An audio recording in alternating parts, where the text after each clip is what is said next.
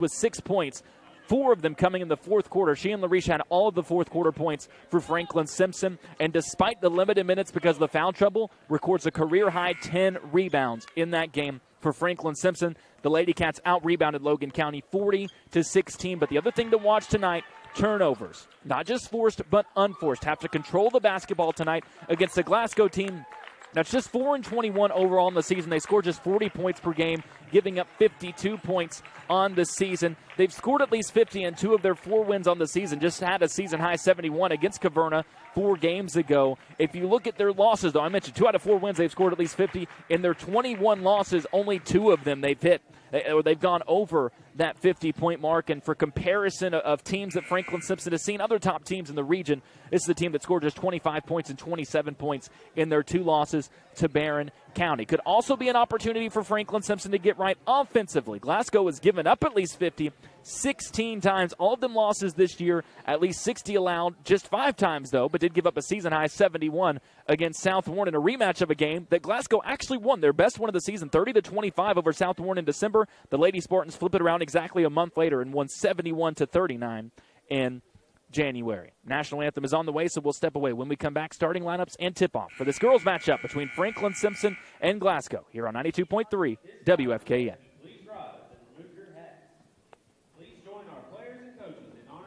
You know I'm not saying a word.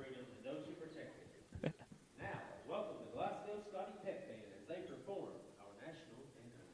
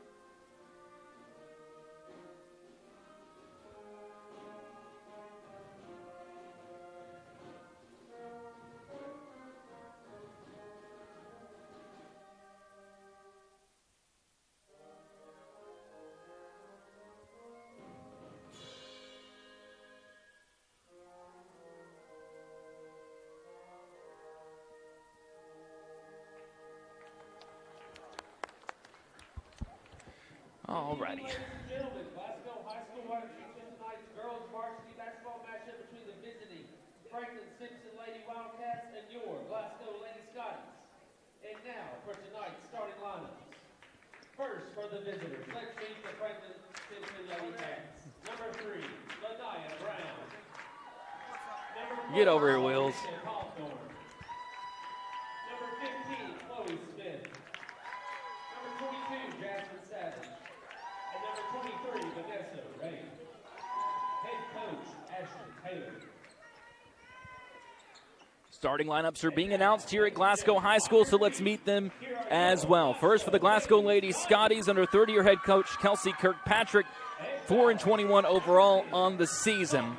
They only have one senior on the entire team, and that's 5'7", number 12, Cynthia Austin. She's their best player, leading scorer and rebounder at 8.6 points per game, 5.4 rebounds per game on the season. The other forwards in the starting lineup, sophomore Carly Hagan and junior Addison Norris. Hagan's been in double figures in 2 of their 4 wins, including a 19-point performance against Butler County. The backcourt, Kayla Kirkpatrick, familiar name with head coach Kirkpatrick, averaging 7 points per game, has averaged double figures in their wins, including a 17-point performance against fellow 13th District team Russellville. And joining her in the backcourt is sophomore Jordy Goodman, averaging 4 points per game and has made 18 three-pointers on the year. This is a team that has 4 players that have made at least 16 threes on the season, but all of them shoot below 30% for a team that shoots it at 23% from side. Meanwhile, Franklin Simpson, 22-2 on the season. Under fifth-year head coach Ashley Taylor, 107 wins in her career to just 26 losses, seeking win number 80 against the 4th region to just 15 losses in her career. The senior backcourt is the same that we've seen when healthy all season long. Lanaya Brown, Jasmine Savage, and Vanessa Ray, and the best front court duo this region has to offer. 5'8" junior Chloe Smith and 5'11" senior and 4th region player of the year. 20 points away from 2,000 for her career is Larisha Cawthorn. She will contend for the tip for Franklin Simpson, going up and winning it against Cynthia Austin, and we're underway from Glasgow High. Cawthorn has it at the top of the key, dribbles to her left off a Jasmine Savage screen to Lanaya Brown, to Sav, right elbow, outside Chloe Smith. Puts it on the floor, beats the first defender, draws the help, leaves it off to Lanaya Brown, who misses the baseline jumper. Cawthorn's put back, misses the first time, gets it back, whips it out to Brown, and they'll reset up top with Vanessa Ray. Again, Franklin Simpson dominating the boards early on after having 40 in the narrow win against Logan County. Ray holds it up top. She's averaging 9 points per game on the season. Franklin Simpson, second leading scorer. To Savage, now back to Nessa. Drives right side, picks it up on the elbow to Cawthorn. Double teamed on the block. Down low, Brown. She goes around the baseline, gives it to Savage, to Ray, fakes a deep 2. Now down low, Cawthorn. Tries to dump it off down low to a cutting Smith, but she held up short of going down to the baseline, and the pass ended up being deflected. Glasgow had a chance at the steal, couldn't collect it, and it goes back to Franklin Simpson. Ray to inbound underneath. Cawthorn wants it on the right block. Instead, it goes left side to Savage. On the baseline, Ray. Pull-up jumper, missed it short, and the rebound is collected by Glasgow. Franklin Simpson uses up a minute of clock on that opening possession, but can't convert for a basket. Ball up top in the hands of Kayla Kirkpatrick. Now sends it off in the corner to Jordy Goodman, and she has it knocked out of bounds by Brown. It'll stay with Glasgow on the far side. Kirkpatrick in the second game between these two teams had 12 points.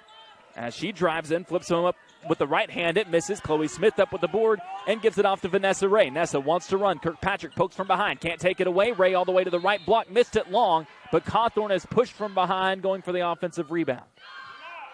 6:35 left opening quarter. We're scoreless here at Glasgow High School as Carly Hagan picks up her first foul. Sophomore forward averaging 5.5 points and 4 rebounds per game. Cawthorn collects the inbound, misses an open right elbow jumper, and Austin has the miss for Glasgow. She'll bring it across herself. Kirkpatrick claps for it on the left wing, gets it. Quick trigger 3 over Savage, misses off the heel, and Cawthorn clears the board again. Larisha walks it up herself, now hands it to Brown. Crossover dribble from the top of the key, had it knocked away at the elbow, gets it back, tries to split the defense again, but Kirkpatrick takes it away, and then she lost it off her own leg, and it's out of bounds on the baseline to Franklin Simpson. Another chaotic start for the Lady Cats. Have yet to really get a clean look outside of that right elbow jumper for Cawthorn, as Nasia Nolan will quickly check in. Out comes Lanaya Brown. Nolan averaging 4 points per game in 6 appearances, had the big 16-point game against Todd County Central. She falls down trying to get open on the inbound. Instead, it goes to Cawthorn. Back to Ray, driving right, goes right into the defender. Missed the layup short, but Larisha has another offensive rebound, and this time is able to convert. 2 minutes in, it's 2-0 Franklin Simpson. Cawthorn now 18 points away from 2,000. Right side three-pointer misses off the right side of the rim for Goodman as Savage gets the rebound. To Ray, Vanessa in transition, crosses over at the free throw line, lost it on the way to the rim, and they'll say it was off her knee and out of bounds.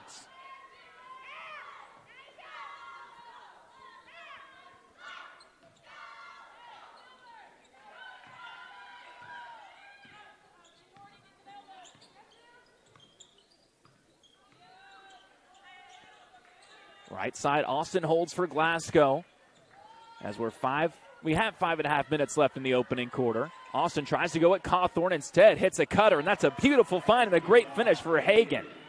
Nice cut from the right side for Hagan. Franklin Simpson answers quickly. No, Cawthorn missed the layup underneath. Ray threw the pass from half court. Larisha with a great overhead catch, but could not finish, and she claps the hands together on the way back down the floor as Chloe Smith then picks up her first foul trying to get the rebound. Ray comes out, Lanaya Brown back in for Franklin Simpson. Lady Cats averaging 56 points per game shooting it on the season at 42% from the floor. That's top 50 in the state, but that number has continued to dip here as of late. Right side, Goodman holds, sends it down low again, trying to work through Hagan. Just throws up a wild shot over Savage. She banked it in, and the foul. Hagan's got all 4 for Glasgow, and again, Franklin Simpson getting more of a fight than perhaps expected from the outside looking in. Glasgow leads 4-2 with a free throw on the way for Carly Hagan. Hagan, a 67% free throw shooter. As a team, they shoot it at 57%. Her free throw switches home. And Glasgow, who only has 9 players listed in our book as dressed for tonight, already young with only 1 senior. They'll bring in their first substitution as Goodman will come out. And Jayla Crane, a 7th grader, will check in for the Lady Scotties. Making her 24th appearance out of 26 games this year. Brown gets it baseline, caught in traffic, had it knocked away, got it back, then throws it up from the middle of the lane and gets the bounce off the back of the rim. Lanaya Brown gets an early bucket for Franklin Simpson. Good to see after the senior averaging 7 points per game was scoreless against Logan County last time out, but she thrived against Glasgow last year, scored 14 points the first game and 15 points the second game. That was a career high for her until the game against Todd County Central in the district tournament, as Glasgow is called for a travel in their backcourt to give it back to Franklin Simpson with 4:26 left in the first quarter and a 5-4 Lady Scotty lead early on. Right wing, Nasia Nolan has it, holds it above her head, now sends it into the corner. Brown darts it to Ray. Looking into what is right now a 3-2 zone for Glasgow. Nolan to Cawthorn, right side, beautiful pass to Smith, right side to left block. Smith scores, count it, and 1. Beautiful find from Cawthorn as the Lady Cats set up that patented offense. That's where they find their easy baskets. One big on the right or the left. You put the other one on the opposite block and force the issue to get an open basket down low. Chloe averaging 8 points, 5.5 rebounds per game, sinks the free throw. After scoring just 4 points, only took 3 shots in that Logan County game. Franklin Simpson, though, now has the lead, 7-5. Ray on the floor fighting for it with Kirkpatrick, and as she slides into the backcourt to save it, Glasgow takes a timeout. 3:55 left in this opening quarter. Franklin Simpson now leads 7-5 over Glasgow. You're listening to Lady Cat Basketball on 92.3 WFKN. We can do a minute.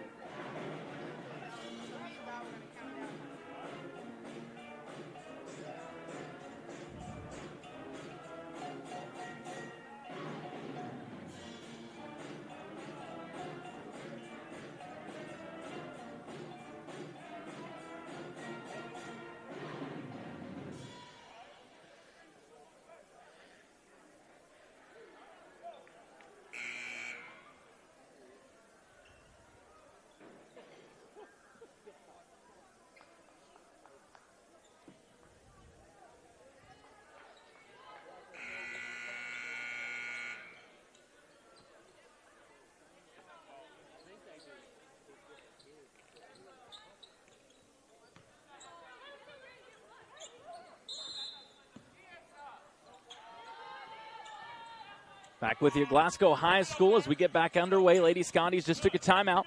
Lady Cats lead 7-5. Glasgow trying to handle that Franklin Simpson pressure as Kirkpatrick drives left side. Now sends it out into the left corner, and they reset up top.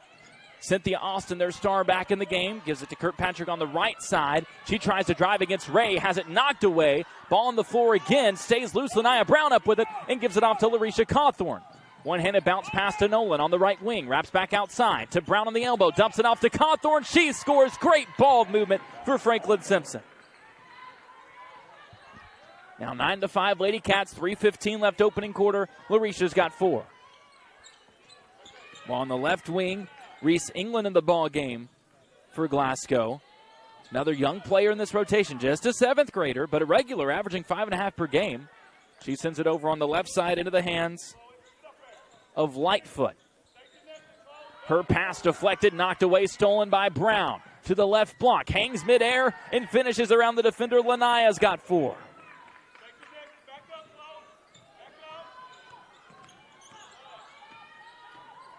Crane brings it across half court, goes wildly inside, missed the layup long. Smith with the rebound, up ahead, pass to Cawthorn, deflected. And Glasgow's bench arguing that Larisha then touched it with a fingertip. She didn't. And it'll stay with Franklin Simpson underneath their own basket as Smith and Nolan come out. Jasmine Savage back in, and Majayla Butler in for the first time for Franklin Simpson. Jayla averaging about 1.5 points per game, 2.7 rebounds per game. Had 2 points and 5 boards in the win against Logan County. She gets the inbound, now gives it up to Brown up top. Cawthorn right side, faces and fires, misses the 15-footer. Vanessa Ray gets the opposite side rebound. Sends it down low to Butler, tied up for a moment, now rips it away, tries to force it between 2 defenders, had the ball batted, and then steps out of bounds on the baseline trying to control it.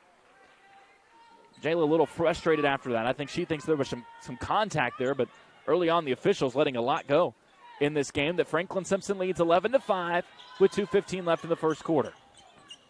Jordy Goodman brings it across, guarded by Butler. Right side in the hands of Austin. Gets the screen, now wraps up top. Cawthorn and Savage trap. To Kirkpatrick. Deep 3 from the top of the key off the right side, and Cawthorn in control. She's got a handful of rebounds already.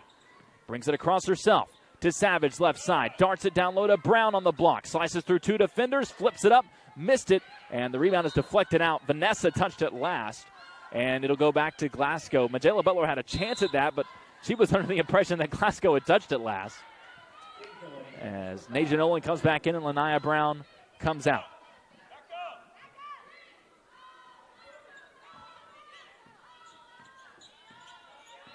Lady Cats averaging 32 rebounds per game, but in region games, that's been closer to 35. They've really been able to tick that number up with their size and athleticism advantage. The other number, they're able to tick up the turnovers. Naja Nolan gets a steal. She drives in transition and finishes with the left. Tough finish for Naja Nolan to get in the scorebook, and it's 13-5 Franklin Simpson. The Lady Cats on an 11-0 run.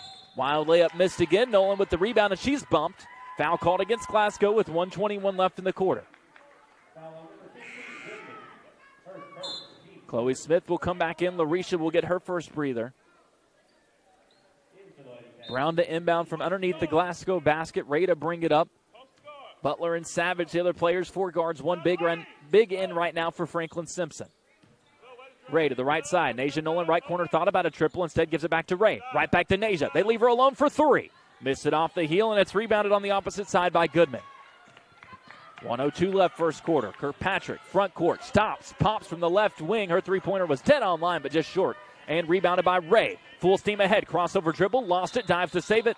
And they're going to get her for a travel, saying she controlled that before she hit the ground and slid with it. And Lady Cats give it up on a turnover with 53 seconds left in the quarter. Been a frenetic pace so far. Not a ton of points to show for it. But Franklin Simpson already with 13 after they only scored 9 in the first quarter against Logan County last Friday.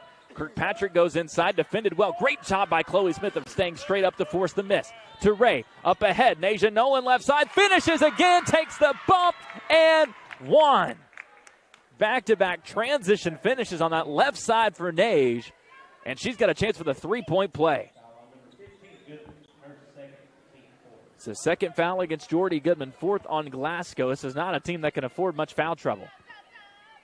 Lanaya Brown will come in just before the free throw for Vanessa Ray. With 35 seconds left in the opening quarter, Nolan, Cawthorn, and Brown all with 4. Chloe Smith has 3, had a 3-point play of her own earlier. As Nolan fires up the free throw, that rattles off, no good. Smith got an offensive rebound. Her putback misses long, but Jayla Butler tries to create another opportunity, but again, couldn't control it on the baseline, and it goes back to Glasgow. She is so good on those offensive boards, loose ball situations, just creating second possessions. Between that and her defense, just a sophomore, going to be a key player for this Franklin Simpson team next year. Austin drives in against Smith, takes a bump, scores it. Are they going to give her the and one? Believe they should. They'll do exactly that. It was a good, strong finish. by Austin went right into the body of Smith, who wasn't set when the collision happened. And Cawthorn will come back in. Butler will come out for her. Smith will stay in with 2 fouls. Just 20 seconds left in the quarter, though. As Austin, averaging nearly 9 points per game on the season, fires at the free throw. This one rattles out, and Smith another strong rebound. To Brown on the left wing. Nolan in the corner. Jabs left, drives around to the elbow, lost it, and up with it from behind is Austin with 10 seconds left to go in the quarter. In a 15-7 game, they break the Franklin Simpson scoring streak. Kirkpatrick, 6 feet off the top of the key, swished it home. Her heel was almost on the half-court logo. And with that, the score is 15-10 as the buzzer sounds. And Glasgow has been able to piece together runs. They had a 5-0 run early on to make it a 5-2 lead. Franklin Simpson counters with, from there, a massive run. And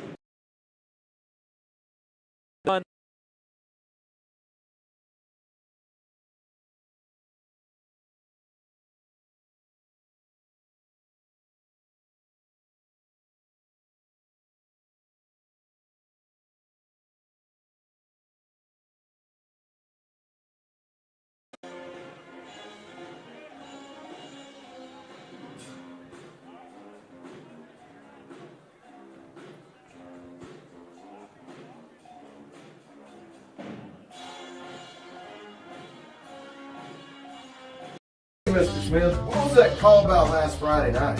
Well, Doc, I thought he crossed the line. I'm pretty sure everyone in the stands thought you were the one that crossed the line with that call. I guess I get that all the time, Doc. Well, I'm glad you finally came in here to get your eyes checked at Wilkins Eye Care. And like I said, I hear that all the time. Go Cats! Wilkins Eye Care, 705 North Main Street, Franklin, Kentucky. Larisha Cawthorn and Nasia Nolan. The second quarter will be brought to you by Wilkins Eye Care. Wilkins Eye Care, we love the Lady Cats and support all the players and coaches' eye care needs. We are accepting new patients, so call us at 270-776-2020 to make an appointment with Wilkins Eye Care in Franklin. Glasgow operates in the front court with Kirkpatrick, who hit the deep 3 before the end of the quarter. She loses it on a drive, and it's picked up by Franklin Simpson. Lady Cats have had no problems forcing turnovers as Ray misses the jumper from just inside the free throw line in transition. It goes out of bounds on the baseline, was way off to the right. Vanessa turned around and knew it when she shot it. She's scoreless so far in this ballgame. Has been playing really, really well as of late for Franklin Simpson. As Brown defends up top against Jordy Goodman, who brings it up for the Lady Scotties. Tries to fire it over to Austin, but Cawthorn intercepts the pass. Larisha keeps it on the floor. Austin knocks it away on her way to the basket, but Brown recovers in the corner. To Ray. Vanessa drives right to Cawthorn. One more Savage. Wide open in the left corner for 3. Missed it off the front side of the rim, and on the opposite side, it's rebounded by Addison Norris. Coach Savage was yelling. You probably heard it through the headset. For about 3 or 4 seconds, the Jazz was open there in the corner. Wraparound gets inside. Another strong move. Unable to finish, though, is Hagan. And down low, Smith bumped for Franklin Simpson. Going for the rebound. Comes up a little gingerly, but seems to be okay as they get that foul against Kirkpatrick for Glasgow. 7 minutes left before halftime.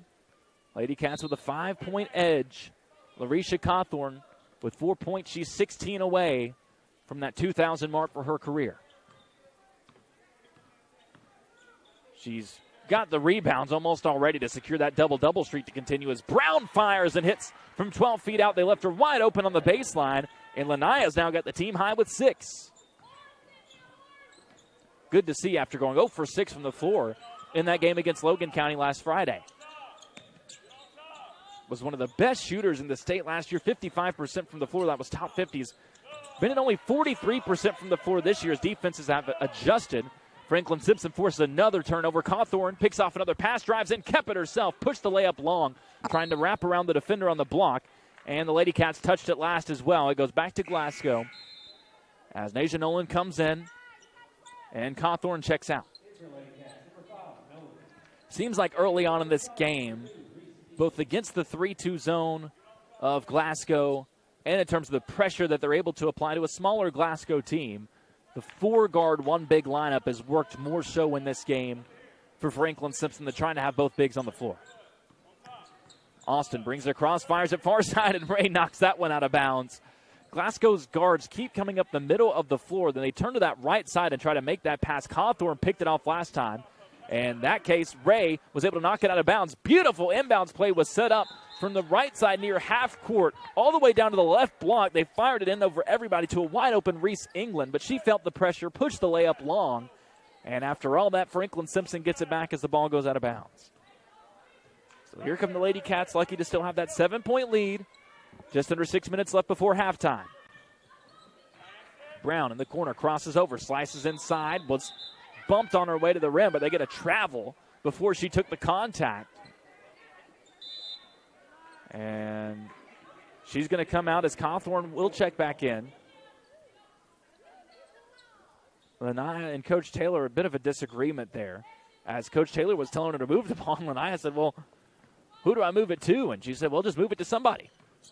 Kirkpatrick brings it across, sends it over on the right side to Austin. Back to Kirkpatrick, flares off a screen at the top of the key, guarded by Savage. Drives left, gets another screen, double team. Ray switches onto her, well defended, and it goes back out to Austin. Guarded by Cawthorn, gets around her. Extra help comes in from Savage to force the missed layup, but saves her own miss on the baseline to Kirkpatrick. Hounded by Ray, wraps around to the right side, slips inside, takes a bump. Wild shot goes up and in with the foul. I don't know how she got a shot off there in the first place. Nonetheless, how it went in. Franklin Simpson wanted a travel. I do think she was fouled, but I think she was fouled and then traveled and then took the shot. You take that middle part out of the equation, that's what we have here. And Kirkpatrick's free throw is up. That one misses long. And Franklin Simpson chases down the rebound. Ray fouled from behind. If that's on Kirkpatrick, that's her second. It is. And she'll come out for Natea Lightfoot, the 8th grader, averaging 3 points per game on the season. One of that group of 4 that's made at least 16 3-pointers on the year. She's made exactly 16 3-pointers. As left side, Jasmine Savage wanted a 3, missed it long, but Chloe Smith cleans it up. With the putback, she's got 5, and it's 19-12 Lady Cats. 5 minutes to go before halftime.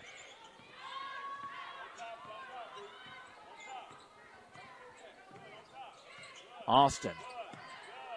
Just across half court, guarded by Cawthorn. Tries to pass it on the left side, and it goes off the hand of Lightfoot and out of bounds. Cawthorn all over her off the ball.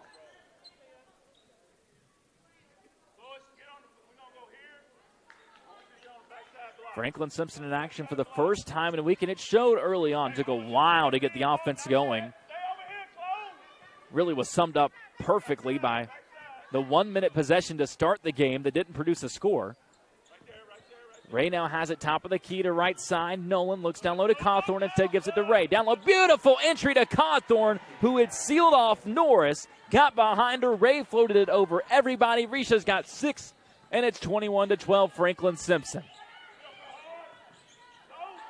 Lightfoot tried to drive. Cawthorn took it away again. Left side goes right into Austin. Stops on the block. Spins around to her right.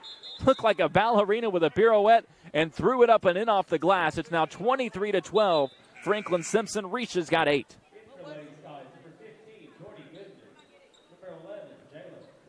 And they blew the whistle after the play. Not sure what the call was, but it gives a chance for everybody to make substitutions.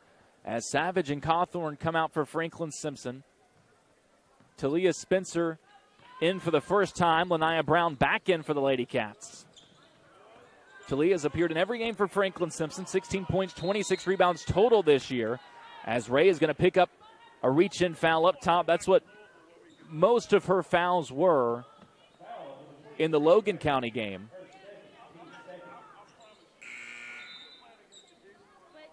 As Crane has it on the far side, she'll inbound for Glasgow. Sanaya Downey will come in for the first time for the Lady Cats. Averaging a point per game. Didn't score against Logan County. Franklin Simpson bats the inbound pass right back into the bleachers. With 3:55 left to go in the second quarter. Again, brought to you by Wilkins Eye Care. They're accepting new patients. Call at 270-776-2020 to make an appointment with Wilkins Eye Care. Off the inbound, England has it Up top, guarded by Brown. Now gives it over on the far side to Crane. Downey all over her. Crane steps back into the corner. Checks down low. Nobody there. Now goes onto the right wing. Goodman outside. Deep three knocked down. This is England. Again, every three they take 3 or 4 feet off the line. And between England and Kirkpatrick, that's the second they've been able to make. And it's now 23-15. Franklin Simpson's lead only 8. Smith hands off to Brown, to Spencer at the free throw line. Down low, Smith. Great one-handed catch. Goes right into the body of Norris. Missed the first time, got it back, and fouled underneath. But a good aggressive post-up that time from Chloe Smith, who will go to the line for 2 free throws after getting fouled on the second put-back try. Chloe made her only free throw line tonight, a 62% shooter on the season, but shooting 74% over her last 14 games, but misses this front-end free throw off the left side.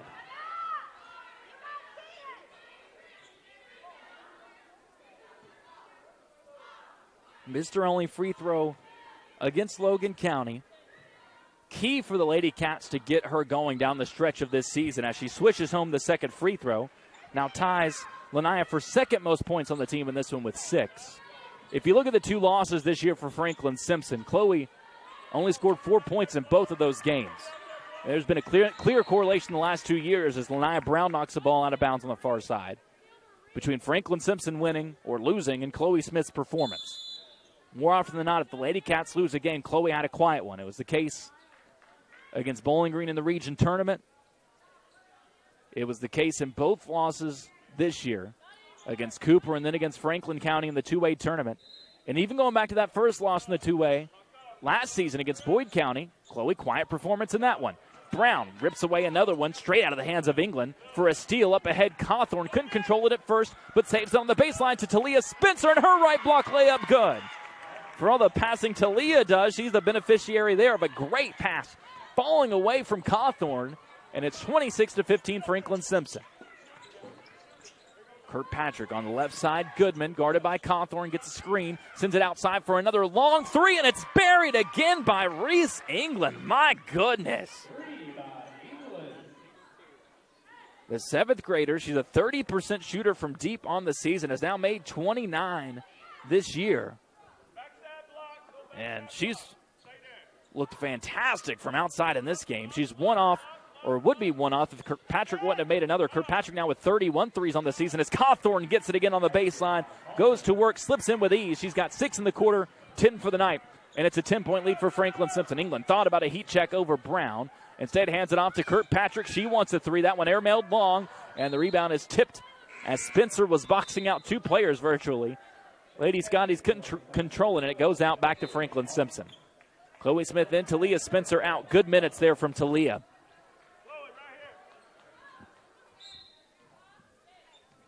As Brown will walk it up. 4 starters on the floor. The lone exception, Majayla Butler in there for Vanessa Ray right now. Savage, right side, wide open for 3 from the wing. Missed it short, but got her own miss. To Brown at the elbow. Butler on the baseline, scores it. Great find from Brown, good finish from Butler, and Franklin Simpson has started to find their footing offensively. It's 30-18. Right side shot swatted by Cawthorn. Austin tried to go right into her body, and Larisha sent it right back into her on the baseline. It will stay with Glasgow with 1:29 left before halftime. We can talk about the scoring and the rebounding all we want. Larisha, the best shot blocker this region has to offer. Up top, Austin gets the inbound, takes what looks like a long 2, had a foot on the line at the top of the key, swished it home regardless. And it's 30-20. 1:18 left before halftime. Smith thought about a top of the key 3 to Brown. Butler, Cawthorn on the block. Outside to Savage. Looks right now, pulls it back out to the left side.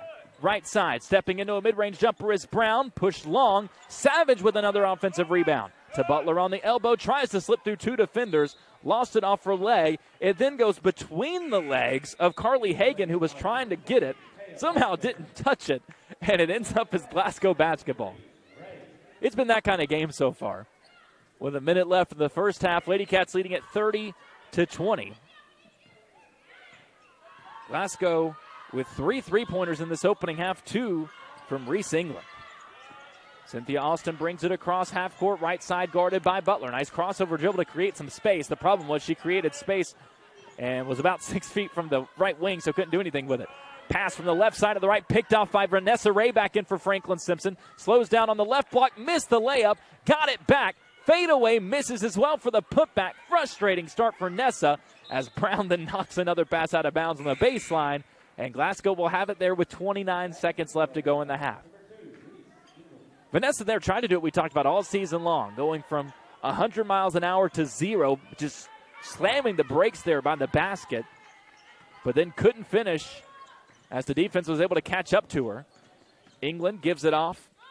Now it's sent off to the left wing. Faking the three-pointer is Lightfoot, guarded by Ray. To England, three-pointer over Cawthorn. That one missed short. Smith with the rebound with 10 seconds left to go in the half. Chloe puts it on the floor. Up ahead, tries to hit Cawthorn, but put it just outside her reach. And Glasgow gets it back. We mentioned this in the pregame. This is one thing to watch, the unforced turnovers in this game for Franklin Simpson, and that has continued to be a problem for the Lady Cats. As Austin brings it across, 3 seconds, 2 seconds, 1 left in the half, fires up a wild three, and she banked it in! She banked it in over Butler.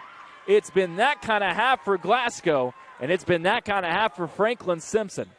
Glasgow 4-21 on the season, and the Lady Cats, again, in another battle that perhaps not expected to be in, off the heels of that close comeback win over Logan County a week ago today. At halftime here at Glasgow, 30-23 is the Franklin Simpson lead over the Lady Scotties of Glasgow, who have made 4 3-pointers, 3 of them in that second quarter, capped off by the buzzer beater banked in by Cynthia Austin. 30-23, again, your score at the break. We'll get you all your first half stats and get a little bit of preview of the. I don't do the most, but I do a lot. I'ma make a toast, cause we still alive. No big, I feel like Pac. I shoot a shot. I'm coming in hot. Coming in hot. Shoot that. Hey, why not? Yeah, coming in hot. Just like the fajita. I write what I live. My life in the speaker. I'm nice with the flow. Are you looking for a place to connect, grow, and worship? Discover Franklin First United Methodist Church in downtown Franklin. Join us every Sunday for 2 uplifting services. Experience our traditional service at 9 a.m., where hymns and heartfelt messages bring our community together. Or come to our contemporary worship service at 11 a.m., where you'll find a lively atmosphere filled with modern music and inspiration. No matter where you are on your faith journey, there's a place for you here. Join us this Sunday at Franklin First United Methodist Church. We can't wait to welcome you home.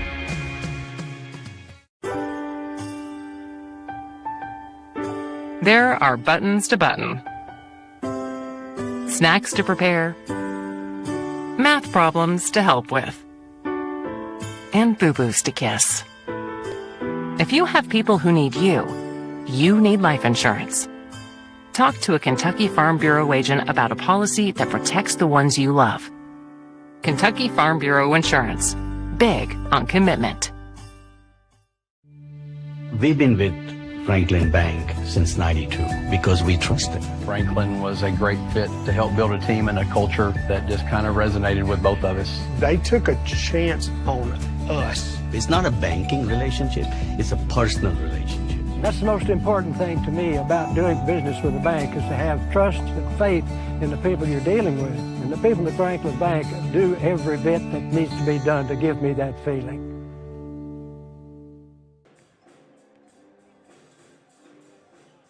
Back with you here at Glasgow High School, where it's halftime. At the break, Franklin Simpson leading the Lady Scotties of Glasgow 30-23. This is a Glasgow team. I mentioned this right before the break. They've won just 4 games this season. 4-21 on the year, went 0-6 in their 15th district under third-year head coach Kelsey Kirkpatrick. Made 1 trip to the region tournament her opening season in 2022-23. It's an extremely young team, which you're able to pick up on throughout that first half. Just 1 senior on this team in Cynthia Austin. When you look at the key players, Reese England, who hit a couple of threes, she's just a 7th grader. Jayla Crane, a lot of minutes. She's just a 7th grader, so a lot of minutes for Natea Lightfoot, just an 8th grader out there on the floor. Only 9 players in the book for this Glasgow team dressed to be able to play in this game tonight, and nearly half of the middle schoolers for the Lady Scotties.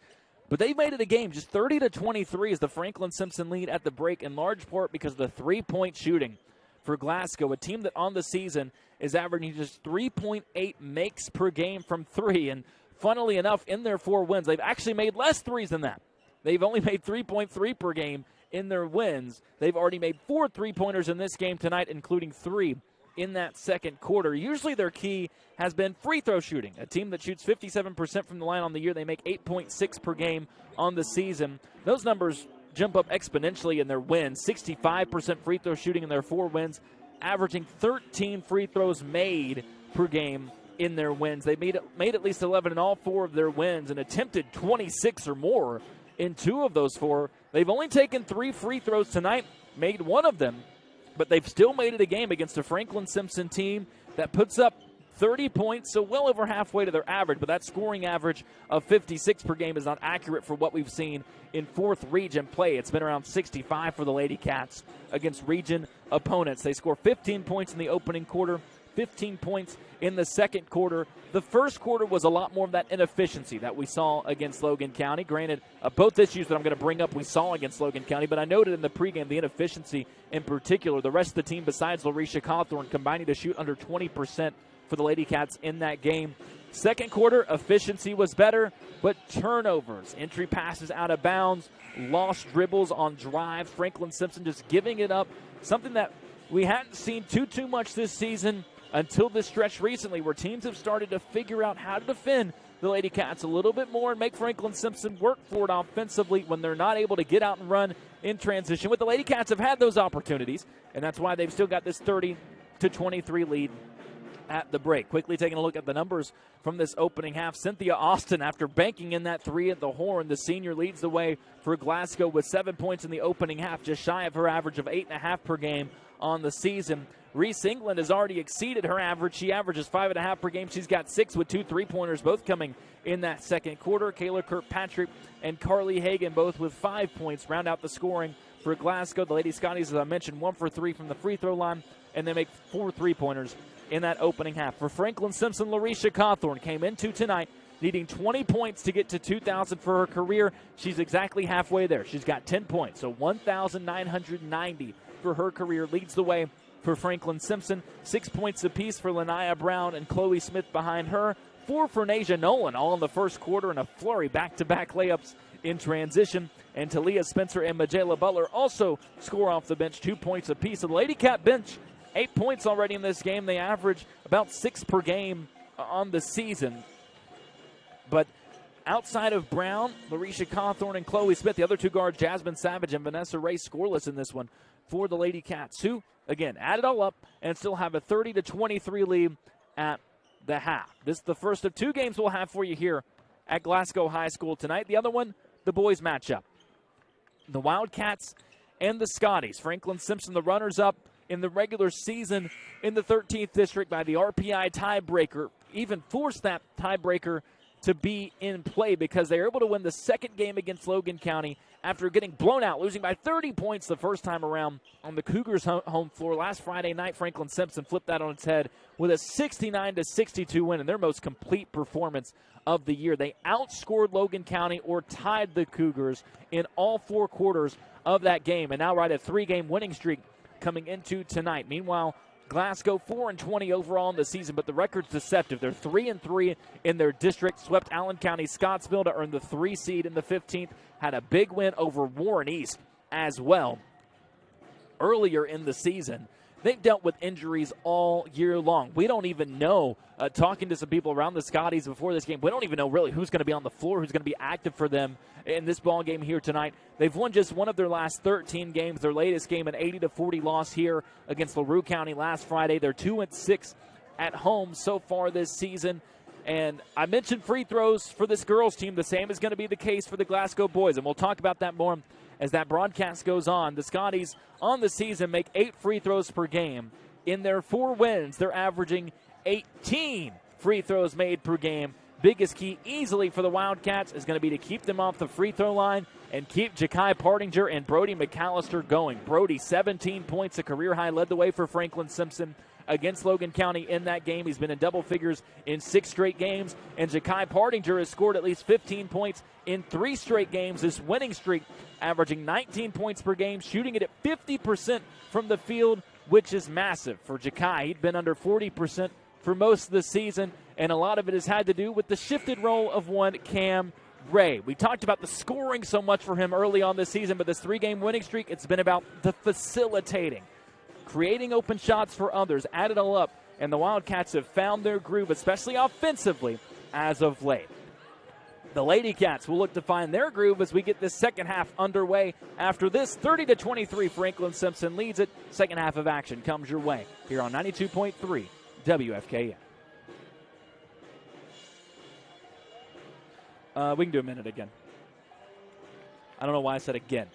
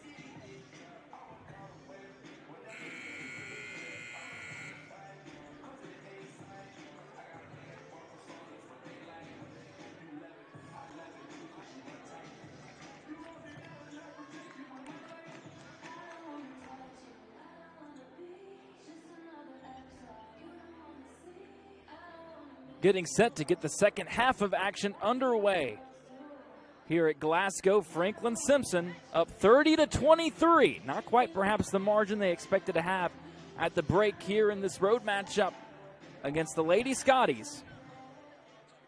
But looking to piece together a better second half. The third quarter was a bit of a swing quarter for Franklin Simpson against Logan County. They were outscored in the quarter overall, but Larisha Cawthorn started to piece together her 22-point run in that third quarter as Jasmine Savage out of the halftime break, putting pressure all over Carly Hagan in the corner, forces her to lose it out of bounds, and Franklin Simpson forces a turnover, and that's where you see the offense pick up. It begins with the defensive intensity. That's exactly what happened Friday. Savage wide open for 3 in the left corner. Missed it short. Cawthorn with an offensive rebound. Out to Ray. Wants her first bucket. Misses the free throw line. Jumper. Smith fighting for the offensive rebound. And she's fouled underneath. That's against Kirkpatrick. And that's Kayla Kirkpatrick's third foul. To put a cap on the Logan County thought, Franklin Simpson was actually outscored 16-13 in that third quarter by Logan County, but it did not feel like it because the lead ballooned up to 9. And then Larisha went on her run to make it a 3-point game going into the fourth quarter. Savage wide open in the corner off the inbound, swishes home the 3. First bucket of Sav. Whistle blows. They have to fix the net after she switched it home. Everybody excited to see a 3-pointer go in. It's the first of the game for Franklin Simpson, just their second in the last 2 games, as Vanessa Ray then picks off a pass in the backcourt right after to Cawthorn up top. Larisha to Ray. Savage is wide open again. Can she go back-to-back? Missed it short. Cawthorn tips the rebound, but it's pulled down by Hagan. 33-23, Franklin Simpson leads after the Savage 3-pointer. Ball goes down low. Hagan tries to slice through the defense, but Cawthorn still blocked the shot. Got it from behind. Larisha keeps it herself in transition. Stuck on the block. Kick out Brown. Wide open at the free throw line. Missed it long. Vanessa Ray offensive rebound. Savage for 3. Off the heel, rebound knocked around, and it's collected by Kirkpatrick. That one looked dead on for Sav. Was just a tad long, and it remains 33-23 with 6.5 minutes left in this third quarter. Austin working down low. Sends it out to Hagan, who's fouled on a drive. They get that on Brown. And that's Lania's first. Nasia Nolan will check in for Franklin Simpson. And Savage will come out. The 6:27 left in this third quarter, brought to you by Clark CPA and Advisory Group at 927 Brookhaven Road in Franklin. As a former athlete at FSHS, Tanner Clark knows a thing or two about basketball and a thing or two about money. Tax questions or issues you need consultation for. Need bookkeeping or payroll done. Tanner and his team do it all. Call them at 270-586-9899. Austin gets the inbound, sends it over on the left side. Now they fire it out to Kirkpatrick for a three. It's missed long, and Chloe Smith lets it go out of bounds. Kirkpatrick hit the only three of the first quarter for Glasgow. She's got 5 points. England hit a couple of deep ones in the second frame before Austin hit the last one at the buzzer. Savage just hit the first three of the game for Franklin Simpson. Now Vanessa Ray, the only starter yet to score. She gives it over to Nasia Nolan in the corner. Now to Cawthorn at the elbow. Looks down low, hits a cutting Nolan on the block.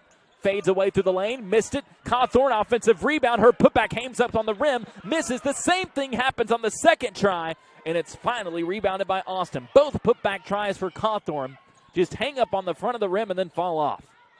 Still 33-23. Austin lost at the top of the key, but dives for it. Sends it out to Kirkpatrick. Left wing three, 7 feet off the line. Missed it short. Ray gets the rebound. It was all the way back at half court. Vanessa drives in through 2 defenders fouled and will go to the line for 2. She wants to get in the scorebook. Frustrating first half for her. As Jordy Goodman picks up the foul for Glasgow. And that's her third. She's got 3. Kirkpatrick with 3. As Ray's first free throw, good. Now every starter has scored for the Lady Cats.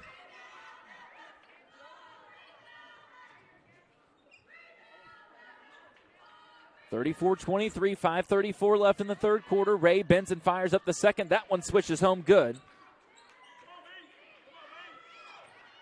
Nessa, a 50% free throw shooter on the season, but I've said this multiple times. That number tanked by a bad performance at the two-way. Down low pass picked off by Smith. They were trying a little Franklin Simpson right wing to left block action. Smith snuffed it out in transition, tries a Euro step, barrels through the defender, and a charge called against Chloe. It would have been the 4th against Kirkpatrick. Instead, it's the 3rd against Chloe Smith. England will come in, as will Lightfoot for Glasgow. Smith will stay in for now for Franklin Simpson as Stephanie Savage, the bookkeeper, tries to get Ashley's attention to let her know that Chloe picked up her 3rd. England was bringing it into the front court. She lost it off her own foot. The official didn't see it. He thought it was off of Franklin Simpson, so it'll stay with Glasgow in front of us at the scorer's table as Austin gets the inbound. Guarded by Brown. Brings it across half court.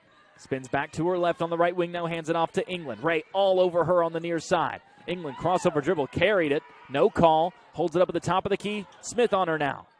Right wing. Austin gets around Brown, but Lanaya recovered to knock it away from behind. Ball still loose on the floor. Ray up with it. Bounce pass on the floor to Cawthorn. One-handed pass to Smith is perfect, and Chloe scores. It was a free throw line to free throw line pass right on target, and Chloe Smith drops it in. She's got 8.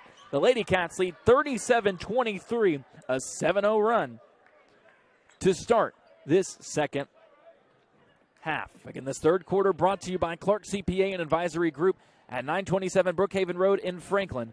Call them at 270-586-9899. Savage hit the 3 to get the quarter started for Franklin Simpson. 2 points from Vanessa Ray at the free throw line, and Chloe Smith gets the bucket there in transition.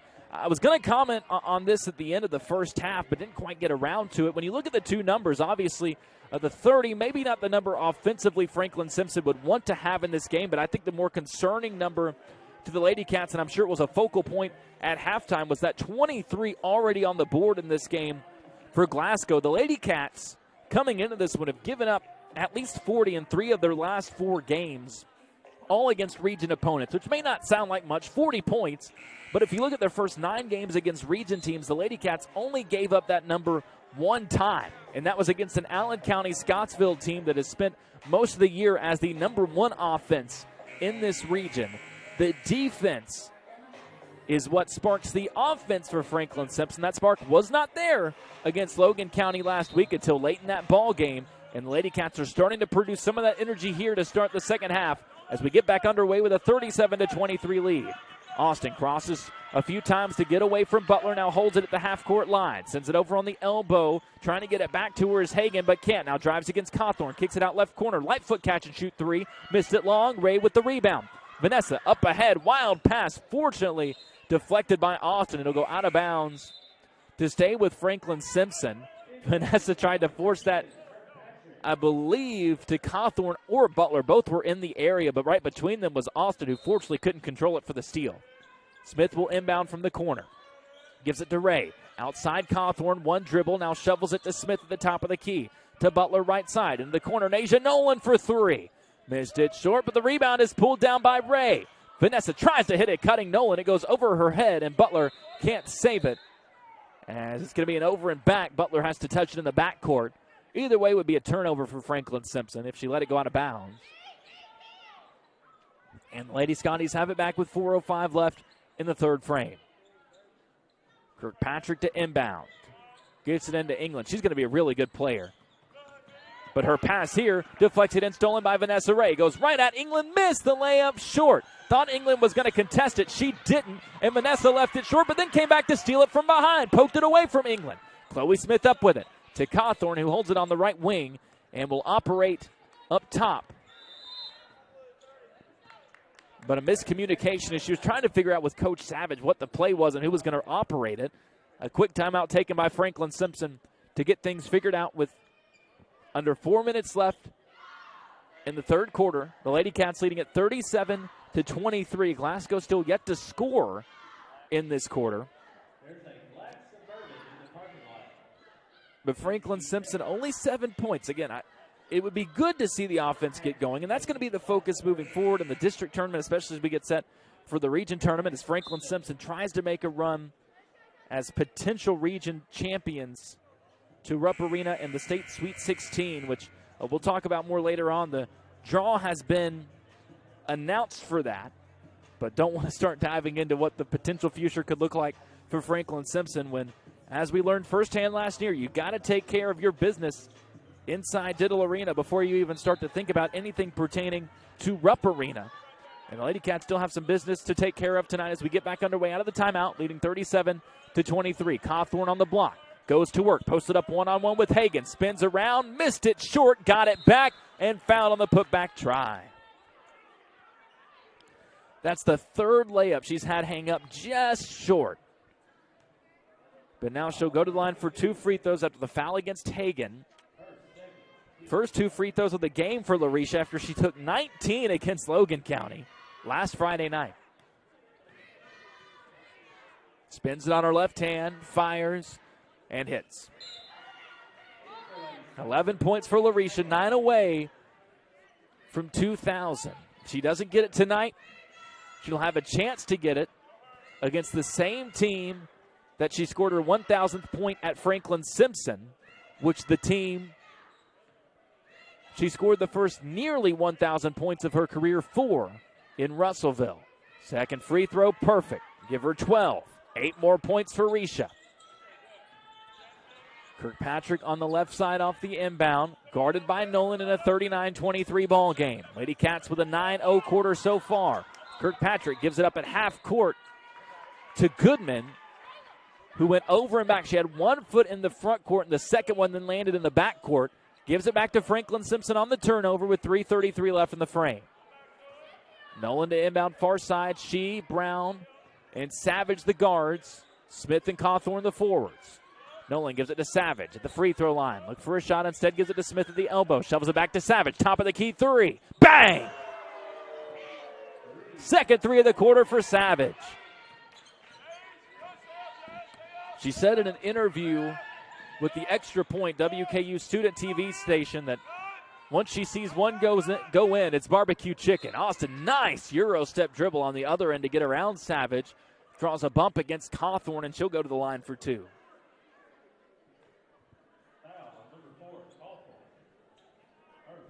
First foul on LaRisha. Both teams with 3 fouls in the quarter. Austin missed her lone free throw earlier. Buries the first of these 2. She's now got 8.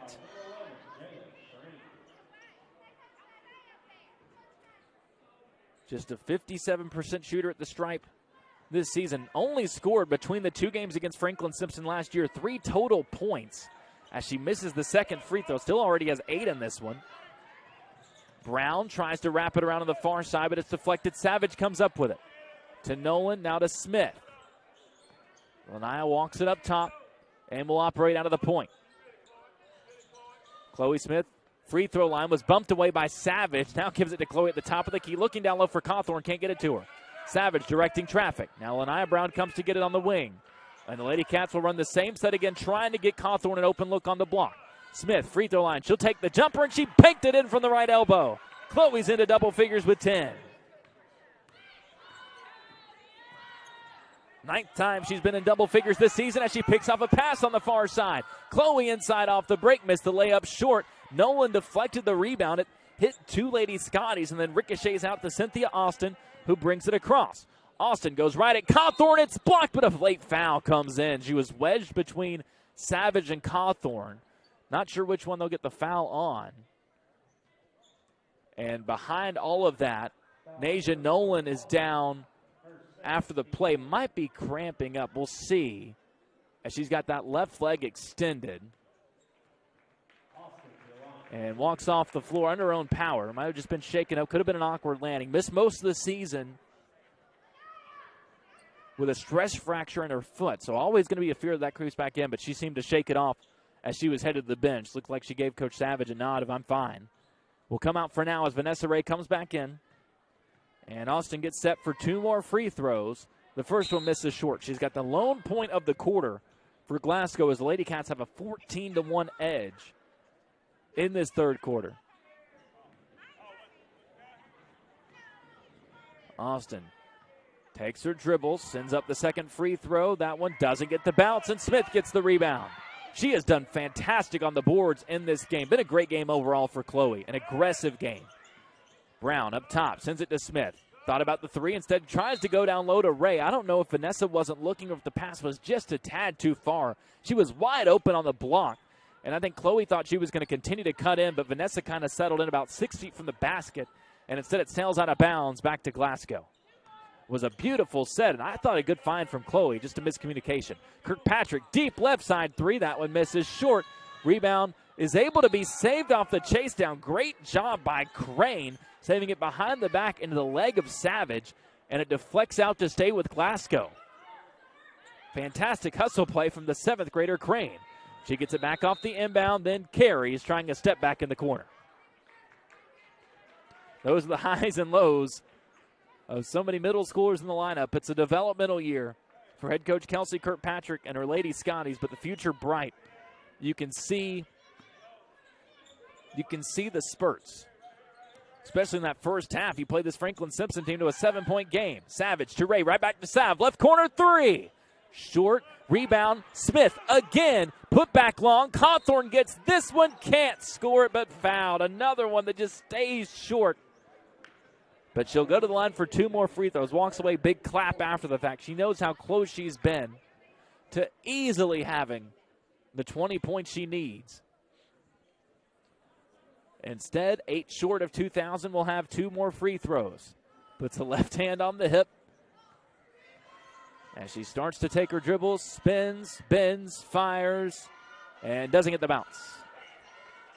Made her first two free throws of this game. So going back to the Logan County game, had made 12 straight before that miss.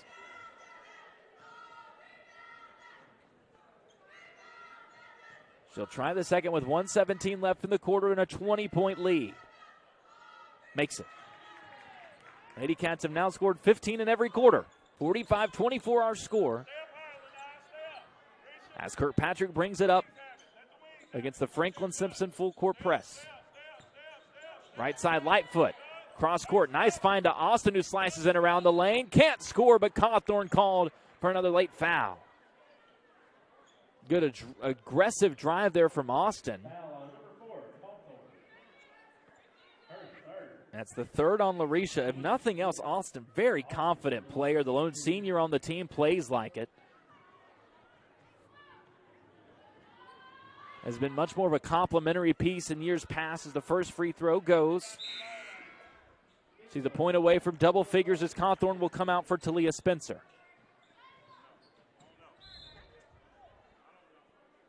As Larisha asked Jermaine Savage what she did for that foul, and he just simply replies, I don't know. To be fair, I agree. Austin's second free throw, good. So she is into double figures with 10 as England will come in and Austin will come out. In a 45-26 game, Cynthia Austin with all 3 points in the quarter for Glasgow from the free throw line. Vanessa Ray brings it up under a minute left in the quarter to Brown on the right wing. Gives it to Savage. Sav to Smith on the right side. Brown in the corner looking for an option, being hounded. Gets it up to Spencer. Nice find on the opposite block to Smith. Can't finish but fouled, and Talia laughing it off. She's had so many of those. We talked about it in a post-game interview. So many passes where she doesn't get the assist because of a foul or missed layup. A beautiful find from block to block. And Chloe Smith, who's already in double figures with 10, will have 2 free throws. She's 2 for 3 at the line tonight. Make it 3 for 4.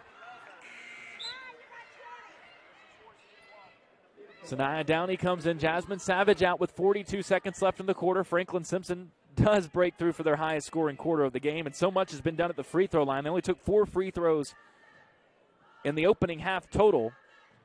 Smith makes the second of these 2, and the Lady Cats, we talked about wanting to improve the free throw shooting. Well, you can check that off in the second half so far. 9 for 10 at the stripe as a team. Kirkpatrick falls down on the far side, is able to save it into the hands of Lightfoot with 30 seconds left in the quarter.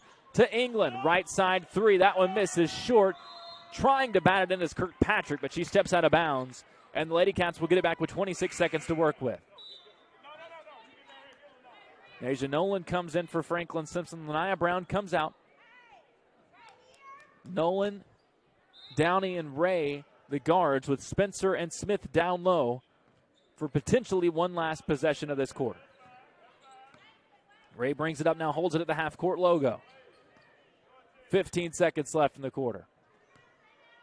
Coach Savage tells her to wait until he tells her to go.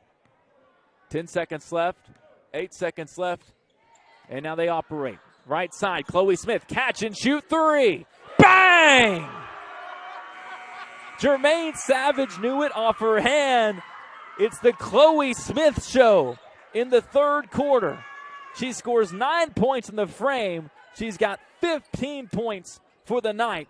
Chloe Smith, I mentioned it earlier, in double figures for the 9th time this year. She's a point off her season high that she had against Meade County earlier in the season. And all of a sudden, the Lady Cats lead this game 50-26. They outscore Glasgow 20-3 in the third quarter. Fourth quarter on the way after this on 92.3 WFKN.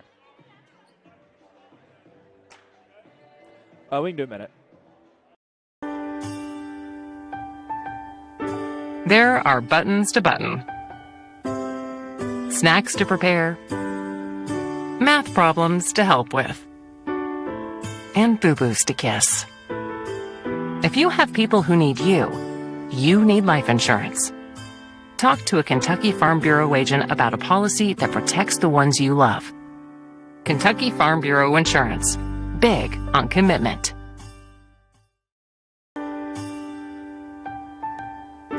There are buttons to button.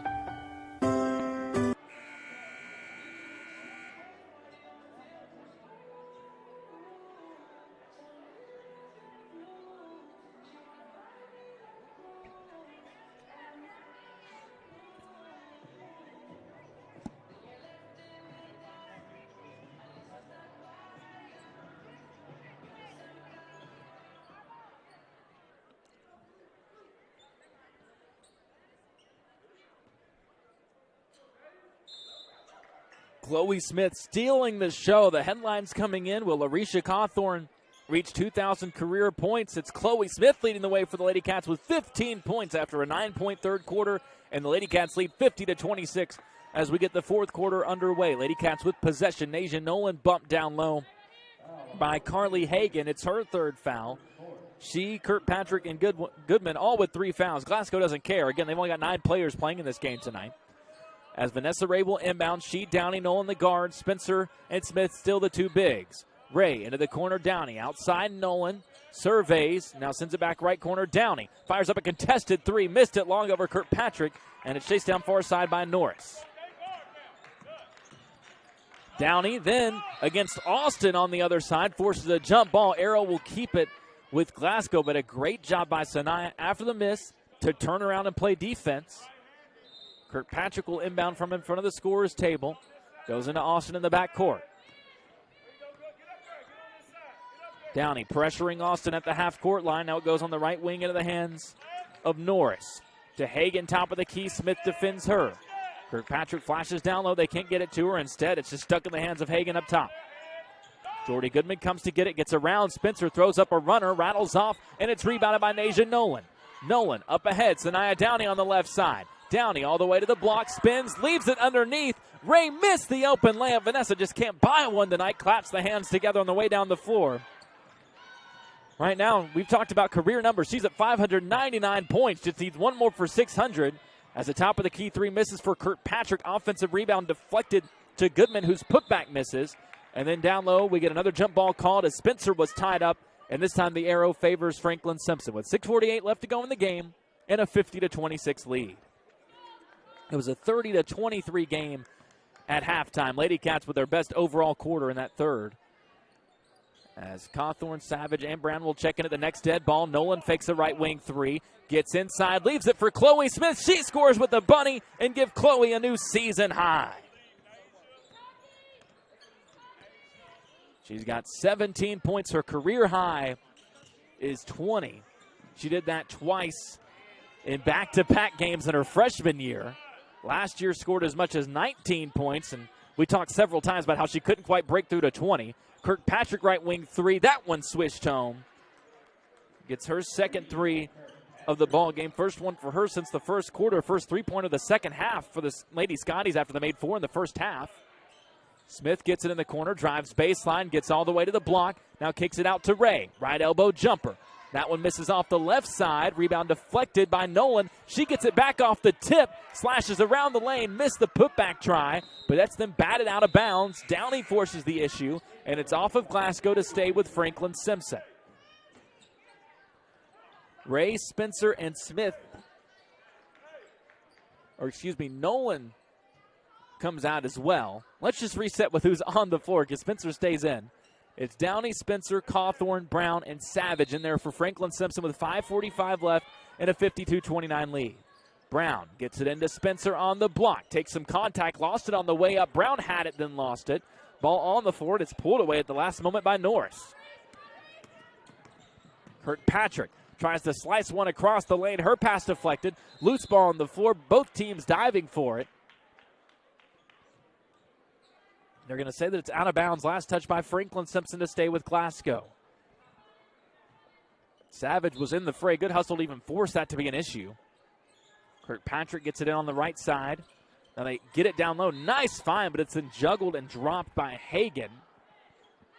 But I think they're going to say that it was dropped because she was fouled from behind by Sanaya Downey with 5:26 left to go in the game.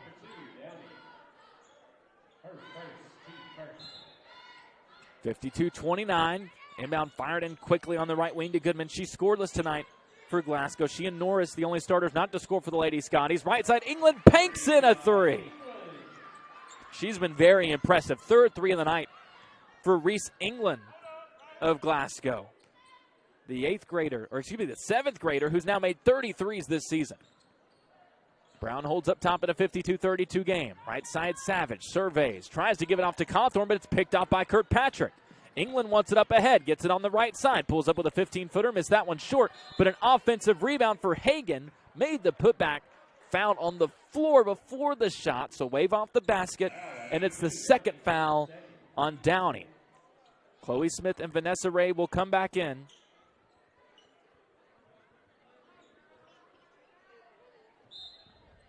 Out come Downey and Spencer. Kirkpatrick trying to inbound, directing traffic. Now just throws a jump ball. It's collected by England up top. Drives in, now kicks it out to Kirkpatrick. Nice design play off the inbound as she flared off a screen. Missed the jumper, and the rebound tipped out by Smith. Stays with Glasgow again with 4:45 left to go. Kirkpatrick gets this one in quickly to Goodman. Now to England, back to Goodman down low, but it's deflected by Brown, and I think they're going to get a foul against Goodman trying to prevent that deflection. They do, and that's her fourth.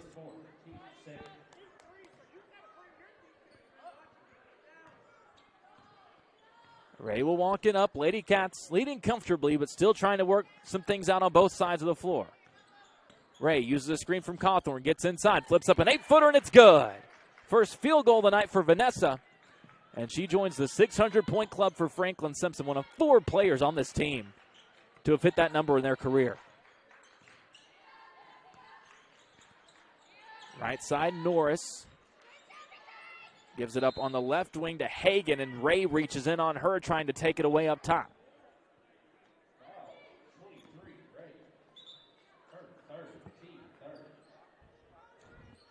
Third foul on Ray, third of the quarter on Franklin Simpson. Glasgow with 2, with 4:10 left to go in this girls' game. Boys' game to follow from Glasgow, as the Wildcats will look to extend their 3-game winning streak.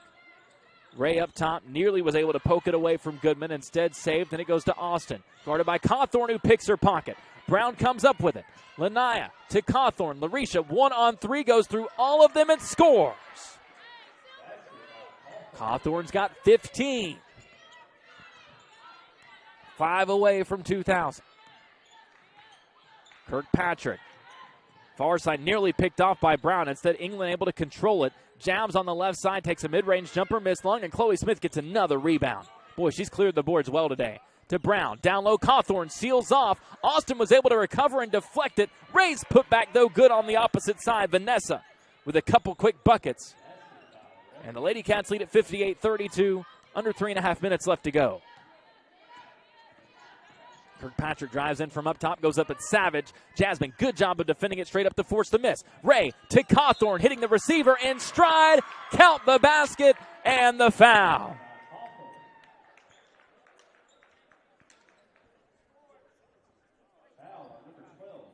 Larisha's now got 17 points as she goes to the line for the free throw. With 3:06 left to go in the ball game, Lady Cats leading it 60-32. 11th time this year they've scored at least 60. They've won all those games. Free throw gets the bounce. Majayla Butler comes in. Lanaya Brown comes out. Larisha will stay in with 18 points. She needs 2 more. 2 more points for 2,000. Austin up top. Left side, England deep 3. Missed it long, and it goes out of bounds off the stanchion.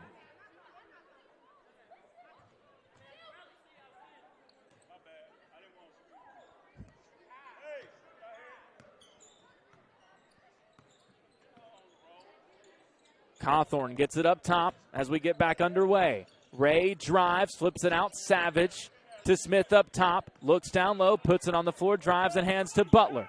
Butler, left side, Savage. Fakes the 3, gives it to Cawthorn. Baseline, goes to work. 2 defenders in the way, and a travel called as she tried to split through them.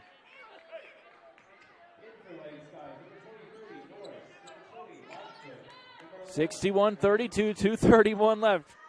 We'll see how much the Lady Cats try to force this issue. Risha needs 2 more to accomplish this before the district tournament. England brings it across. The Lady Cats are set to empty the bench, so Risha's going to get 1 more dead ball to do it. Right side, ball stuck in the hands of Crane. Picked off by Ray. Vanessa in transition, scores with the left hand. She scored 6 points in the quarter. And the whistle will blow for substitutions to take place in a 63-32 ball game. And Larisha, after all that, is going to have to wait 1 more game to get her 2,000. And now we'll see. Actually, they're going to try to work this out. She might come in and score. I think Coach Savage is going to ask her what she thinks. As in the middle of all of that, England hits another 3. She's into double figures with 12. And Larisha is set to come back in at 63-35. They want to get Larisha these 2 more points. Mackenzie Taylor wants a 3. It's missed short. Controlled down low by Glasgow.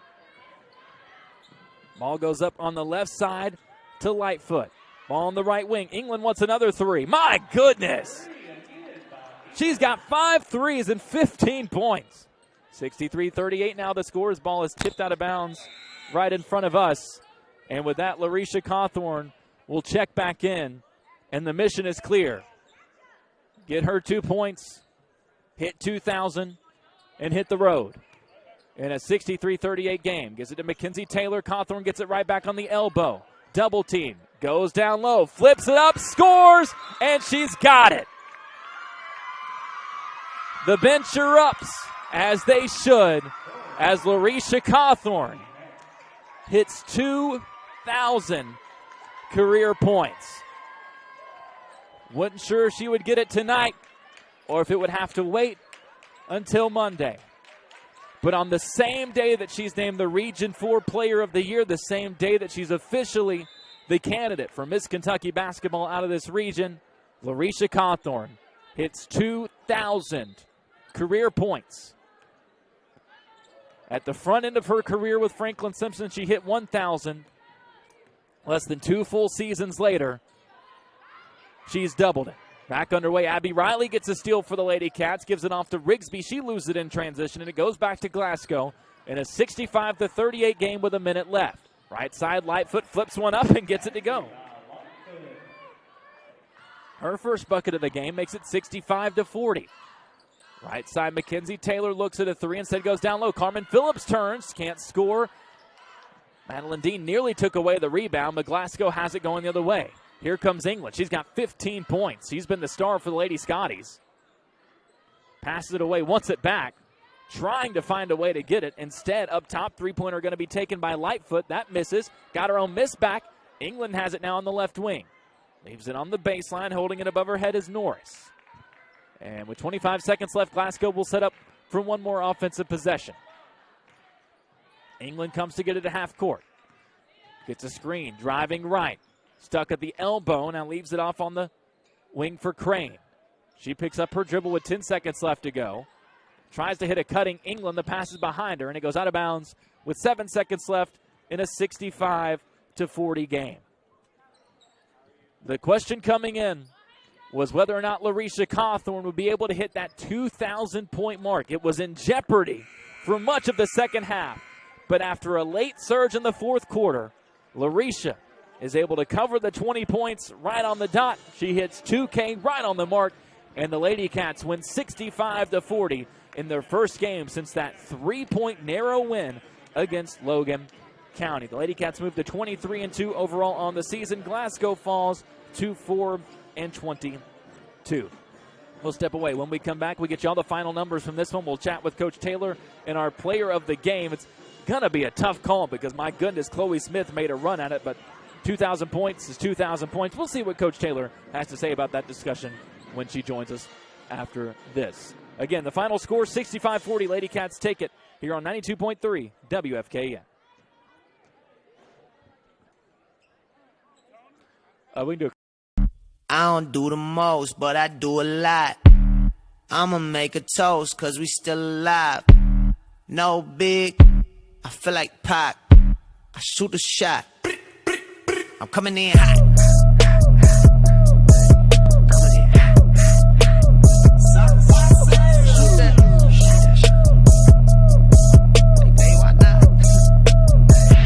Yeah, coming in hot.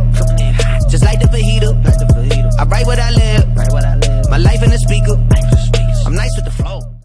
Are you looking for a place to connect, grow, and worship? Discover Franklin First United Methodist Church in downtown Franklin. Join us every Sunday for 2 uplifting services. Experience our traditional service at 9 a.m., where hymns and heartfelt messages bring our community together. Or come to our contemporary worship service at 11 a.m., where you'll find a lively atmosphere filled with modern music and inspiration. No matter where you are on your faith journey, there's a place for you here. Join us this Sunday at Franklin First United Methodist Church. We can't wait to welcome you home.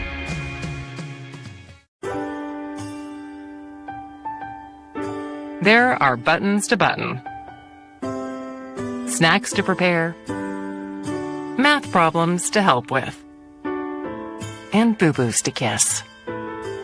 If you have people who need you, you need life insurance.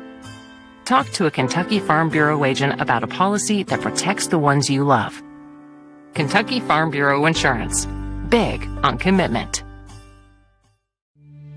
We've been with Franklin Bank since '92 because we trust them. Franklin was a great fit to help build a team and a culture that just kind of resonated with both of us. They took a chance on us. It's not a banking relationship, it's a personal relationship. That's the most important thing to me about doing business with a bank is to have trust and faith in the people you're dealing with. And the people at Franklin Bank do every bit that needs to be done to give me that feeling.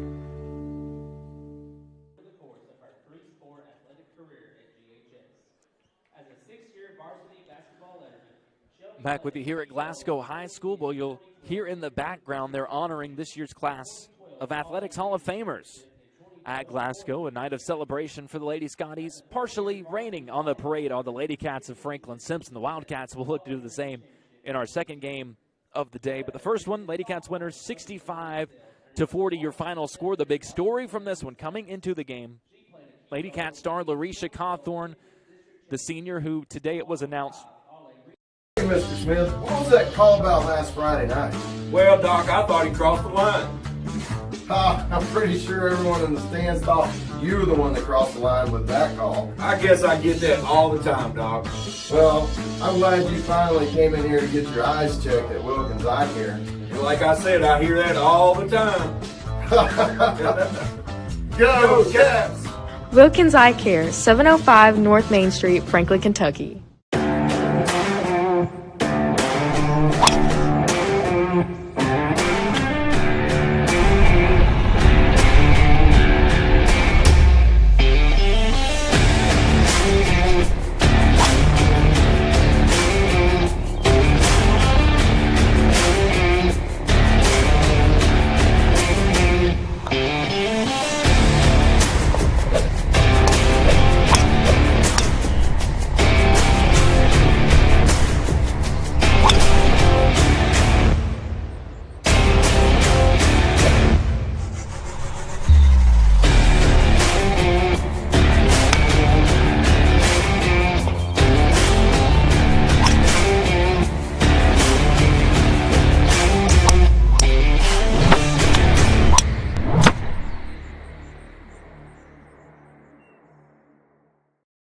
County during Franklin Simpson's home Christmas tournament. Chloe 9 points in the third quarter, and that's when it kind of started to shift. It kind of started to seem like tonight might not be that night for Larisha, and it wasn't really anything bad. It's just because of how well Chloe was playing.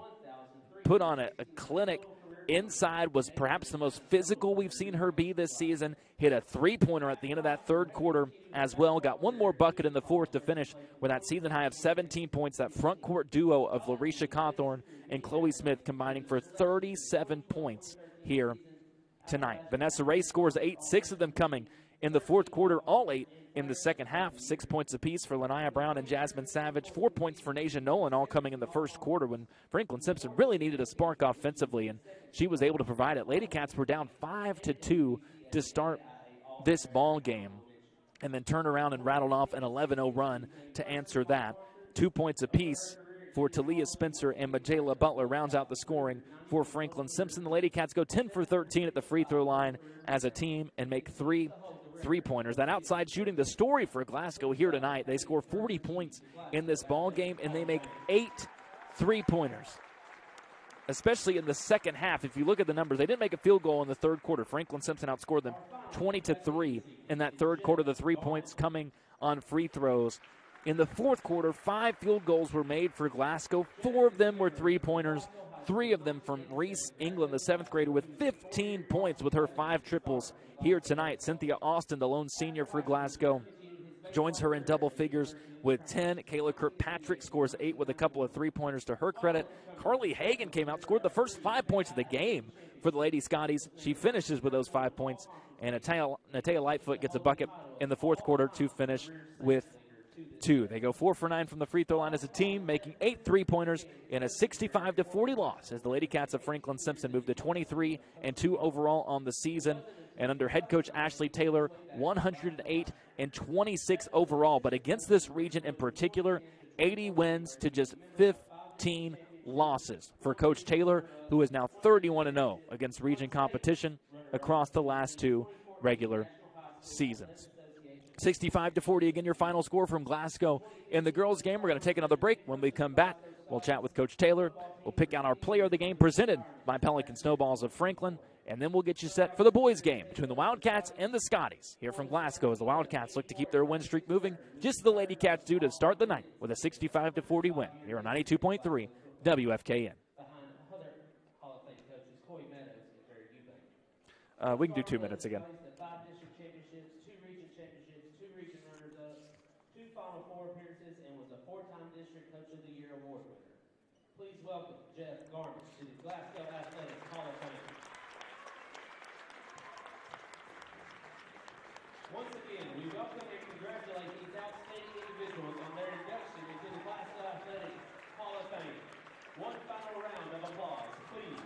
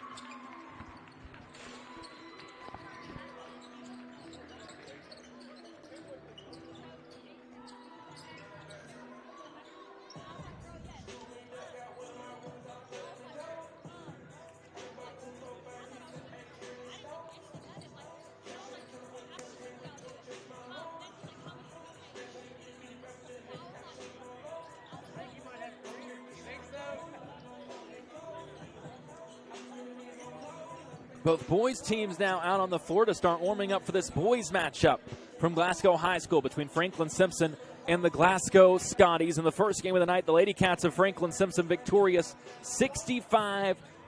As we put a bow on that game, Lady Cats, as we mentioned, keep their winning streak going since their second loss of the season to Franklin County. They won 8 straight since that point, now 23-2 overall on the year after going a perfect 6-0 in district play.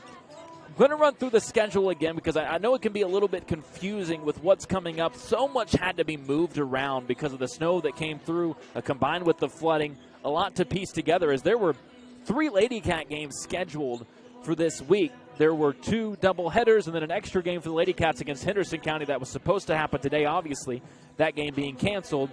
Warren East games were supposed to be senior night on Tuesday. These 2 games were supposed to take place yesterday, moved up to today to make sure that both teams got at least 1 game in before getting to the district tournament. But because of that, things have been had to have been shifted around with the senior night scheduling for both teams. The Lady Cats will face Russellville in the 13th District first round game for a 3rd straight year. That will happen on Monday night at 6 o'clock. First game of the night at Franklin Simpson High School. The Lady Cats go in as the top seed, unbeaten in the district tournament. They rolled their way through the district in the regular season the last 2 seasons. They rolled their way through the district tournament last year. Before that game, 5 o'clock it's scheduled. Senior night will take place only for the girls basketball team. Only for the girls. This does not include the boys team. It does not include the band, cheer, dance. It includes none of that. It is simply the girls team. 5 o'clock on Monday. Senior night for everybody else is on Thursday. Not Tuesday, Thursday. Now, I bring up Tuesday because that's when the boys play their first round game. They'll also be facing off against Russellville, the same Panthers team that last year as a 4 seed knocked out the Wildcats, who went undefeated in the regular season in district play at Russellville High. The Panthers on their home floor pulled off the upset and punched their ticket to go to Diddle Arena. The Wildcats get them in the rematch, this time on their floor in the opening round of the district tournament, this time facing off as the number 2 seed against the 3rd seeded Russellville Panthers squad. The Wildcats will play in the second game of the day on Tuesday. That game's scheduled to start at 7:30. Obviously, the exact start time will depend on how things go with the opening game of the night. And I bring that all up again to say, Monday, there's senior night for the girls and a game for the girls at 6 o'clock. Senior night at 5. Tuesday, boys will play second game of the day at 7:30. Senior night does not happen on Tuesday for the boys. Instead, that will happen on Thursday, which you're probably wondering, well, if the boys play on Tuesday, why is that happening on Thursday? That's when the girls' championship game is. So the senior night festivities scheduled for 6 o'clock on Thursday. And that's when senior night will happen for the boys, for the band, for cheer, dance, for everybody else. And then the girls' championship game will take place following that on Thursday. If the Wildcats can make it to their championship game, that will take place on Friday as they will take on the winner of top-seeded Logan County and Todd County Central. That's a Cougars team that you know is going to be hungry for some revenge after the way the Wildcats were able to pull off their stunning win last Friday inside the home confines of the Franklin Simpson Gym. 69-63 over a Cougars team that the first time these two teams faced off, 69-62, the final score in that game. The first time they faced off, you didn't have to worry about the particulars of the score. The number you need to know is 30. That's how much Logan County beat Franklin Simpson by on their home floor. And the Wildcats able to flip the script and extend their winning streak to 3 games. As we transition over to our coverage of the boys' side now, we await to hear from Coach Taylor and whatever player or players come alongside of her. We've done this hybrid format many times over the last couple of years. When they arrive, we'll switch over there. But for now, we'll get you some numbers, get you some preview of this boys' matchup, as the Wildcats are now 8-13 overall in the season, facing off against the Glasgow team that's 4-20. But I said earlier, you cannot let that number fool you. They're 3-3 against their district, all 4 wins coming against the 4th region. They got 2 wins in district against Allen County Scottsville, and the win that really told you what this Glasgow team was capable of was a stunner. Now, it was back in December, and it's a squad that's had a lot of injuries along the way, but they won 75-71 in overtime over Warren East. In that game, they go 26 for 33 at the free throw line as a team. I mentioned this during halftime of the girls' game. You're going to hear this number thrown out multiple times tonight, especially if it comes into play. Glasgow on the season makes 8 free throws per game. It's a fine number. In their wins, they've only got 4 of them, but in those 4 wins, they make 18 free throws per game at a 67% clip. So it's not that they're just making all their free throws in their wins. They're getting to the line in their wins more than 25 times per game on average. In that win over Warren East, they go 26 for 33 at the free throw line. And in their first win over Allen County Scottsville, they went 26 for 40 at the stripe. Now in their second one, they go just for 8 for 16, but we'll dive into why that was later on. For Franklin Simpson, a number that we've thrown out multiple times, or 2 numbers that we've thrown out multiple times this season. Free throws, 3-pointers, the magic number for 3-pointers, 5. The magic number for free throws, 10. In every win this season, the Wildcats have either made 5 threes or made 10 free throws. They went 6 for 12 from 3-point range against Logan County, 7 for 10 from the free throw line, and that 6 for 12 from deep really gives away the key number for Franklin Simpson in that one, efficiency. They shot 53% from the floor in that win. As we get set to be joined now by the head coach of the Lady Cats, Ashley Taylor, who nearly fell over trying to get into her chair. I didn't say that on the radio, Ashley. Nobody knows that you almost fell over getting into your chair. Okay. This was another grit and grind game. Close one at halftime. A lot of unforced errors early on. I know the turnovers that probably got you at the verge of pulling your hair out at this point. But your girls this time, especially compared to the Logan County game a week ago today, that third quarter response was so much better tonight. Yeah, you know, what we've been talking about at this time of the year, you got to be able to score the ball. I thought they shot it well. I think that they're a well-coached team. They shot it well. They're at home. You know, we knew they were going to make some shots. All of them 4 feet off the line. Yeah, I thought we had a couple defensive breakdowns, but what we really concentrated on this game was scoring the ball. Yeah. And so we talked about trying to get 15 a quarter, and if you see that, we had 15, 15, 20, 15. That was a good number to pick out. Yeah, you know, so 60 points a game, you know, is what we're trying to get to because we feel like scoring the ball at this time of year is such a key factor. And so, you know, defensively, I thought that we could have guarded a little better, got some things, but I was happy with how our offense looked outside the turnovers. And now, you know, some of that could be rust. Yeah. Some of that we haven't played in a while. You know, we have gotten to practice.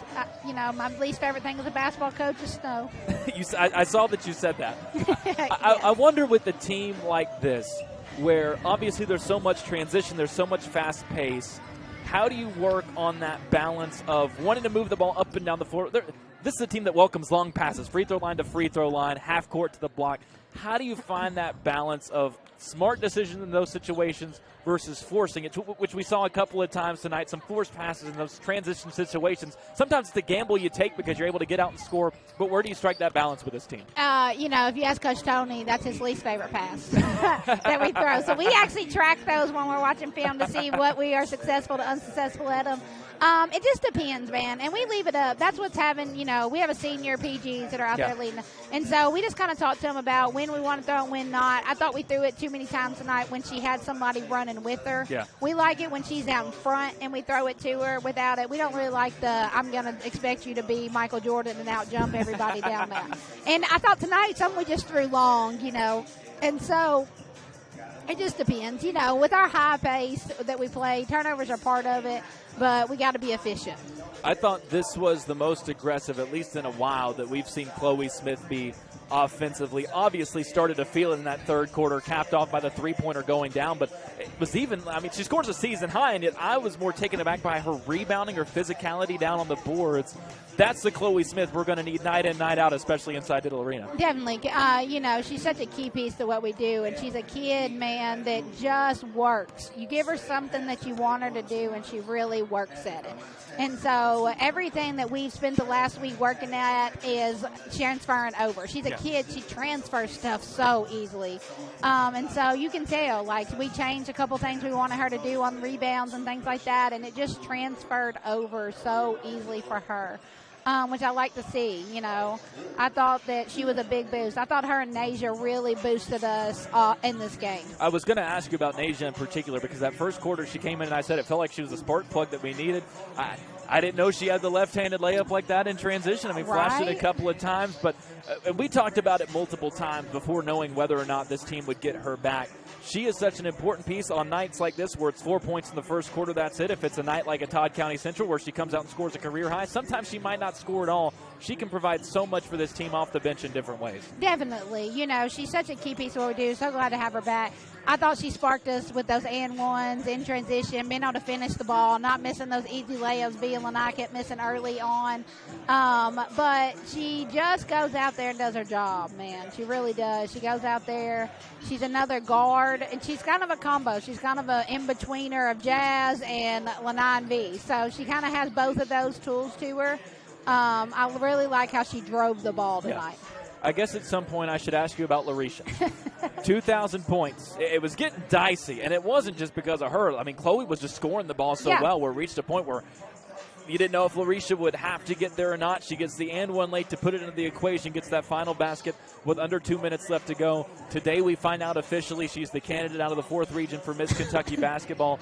All of it so deserved. And I know for her it's just a little bit of a sigh of relief, get that off her back so she can fully lock in and focus on district and region. Definitely. She's a kid that has put so much into this game and works at her craft and is such a great teammate with it.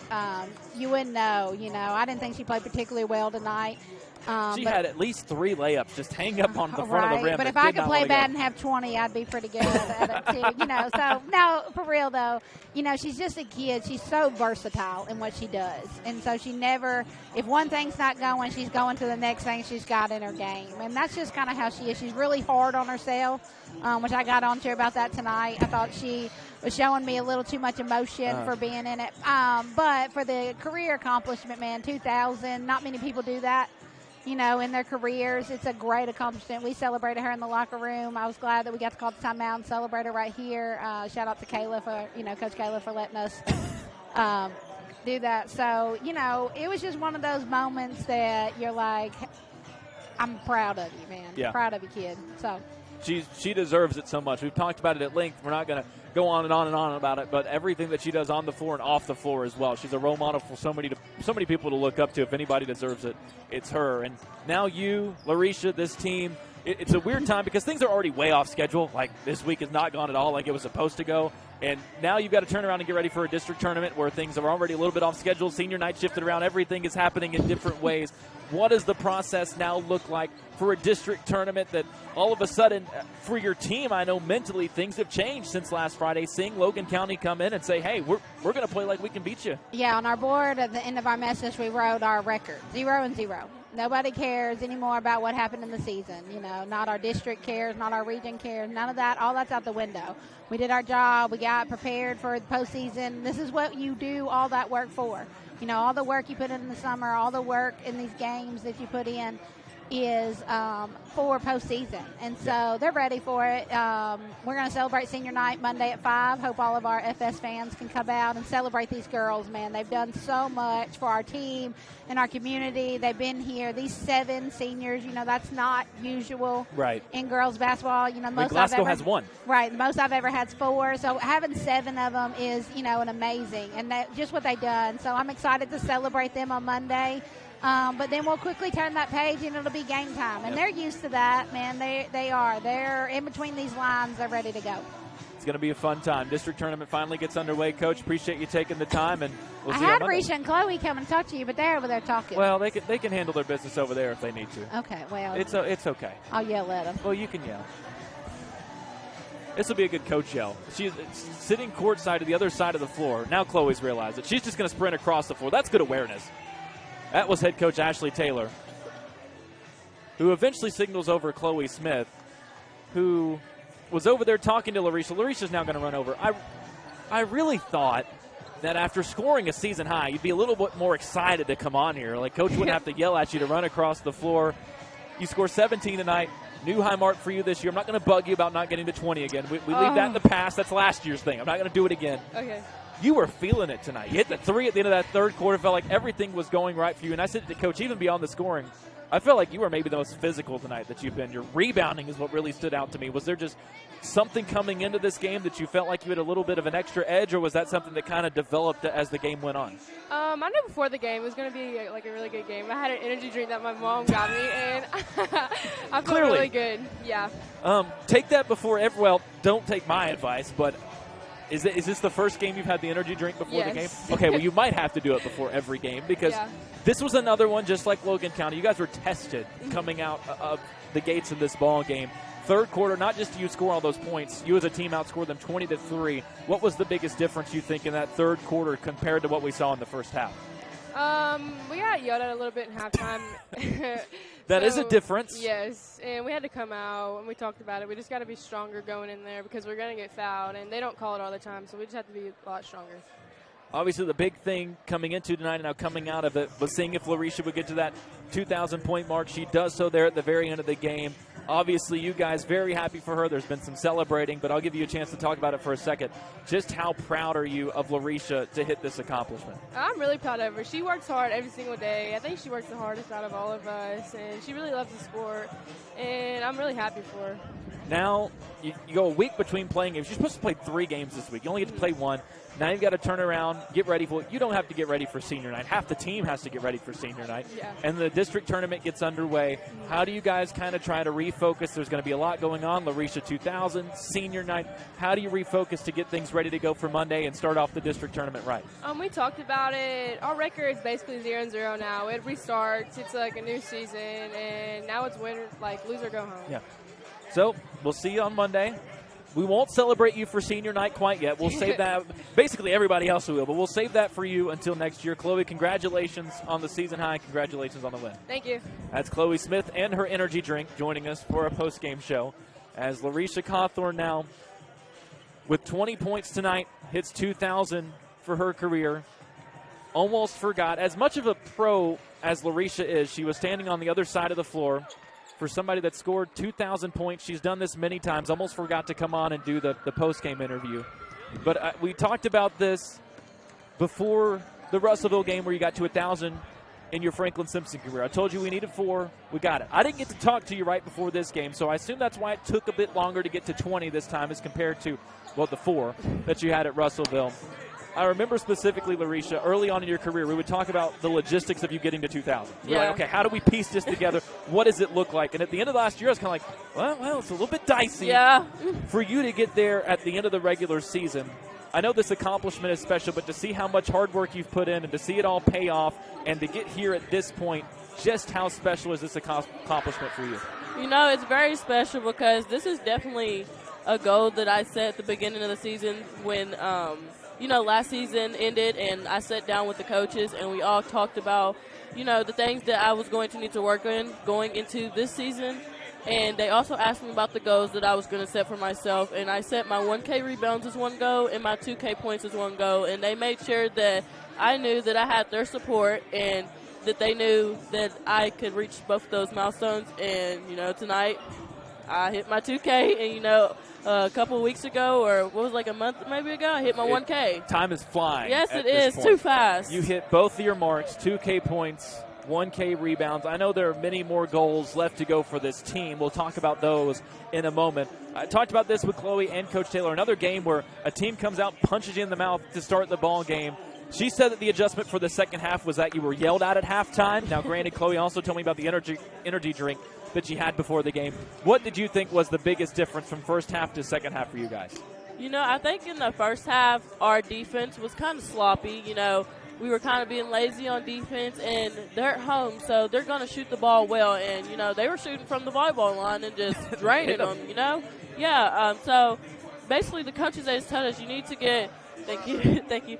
They were just telling us not to be lazy on defense and to step out on the three-point shooter because we're used to, when you switch it, you just have one foot on the line and you have a hand in their face, and that's good enough. Yes. But when they play us, they're going to give us their best game, which means shooting from the volleyball line. So they're just telling us get out on the volleyball line. Thank you. Yeah, now you get fist. You get to be part of the usual fist. You just have to be a part of everything over here. But they're just telling us to basically get a hand up and sit down on defense and quit being lazy. Well, you stopped being lazy. You won the ball game. You pulled away, outscored them 20-3 in that quarter. Now, senior night coming up on Monday. District tournament starts on Monday. There's going to be a lot going on.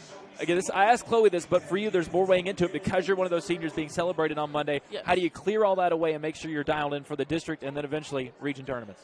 Is the team goal being that we want to win region, but we also want to go to state and make a run.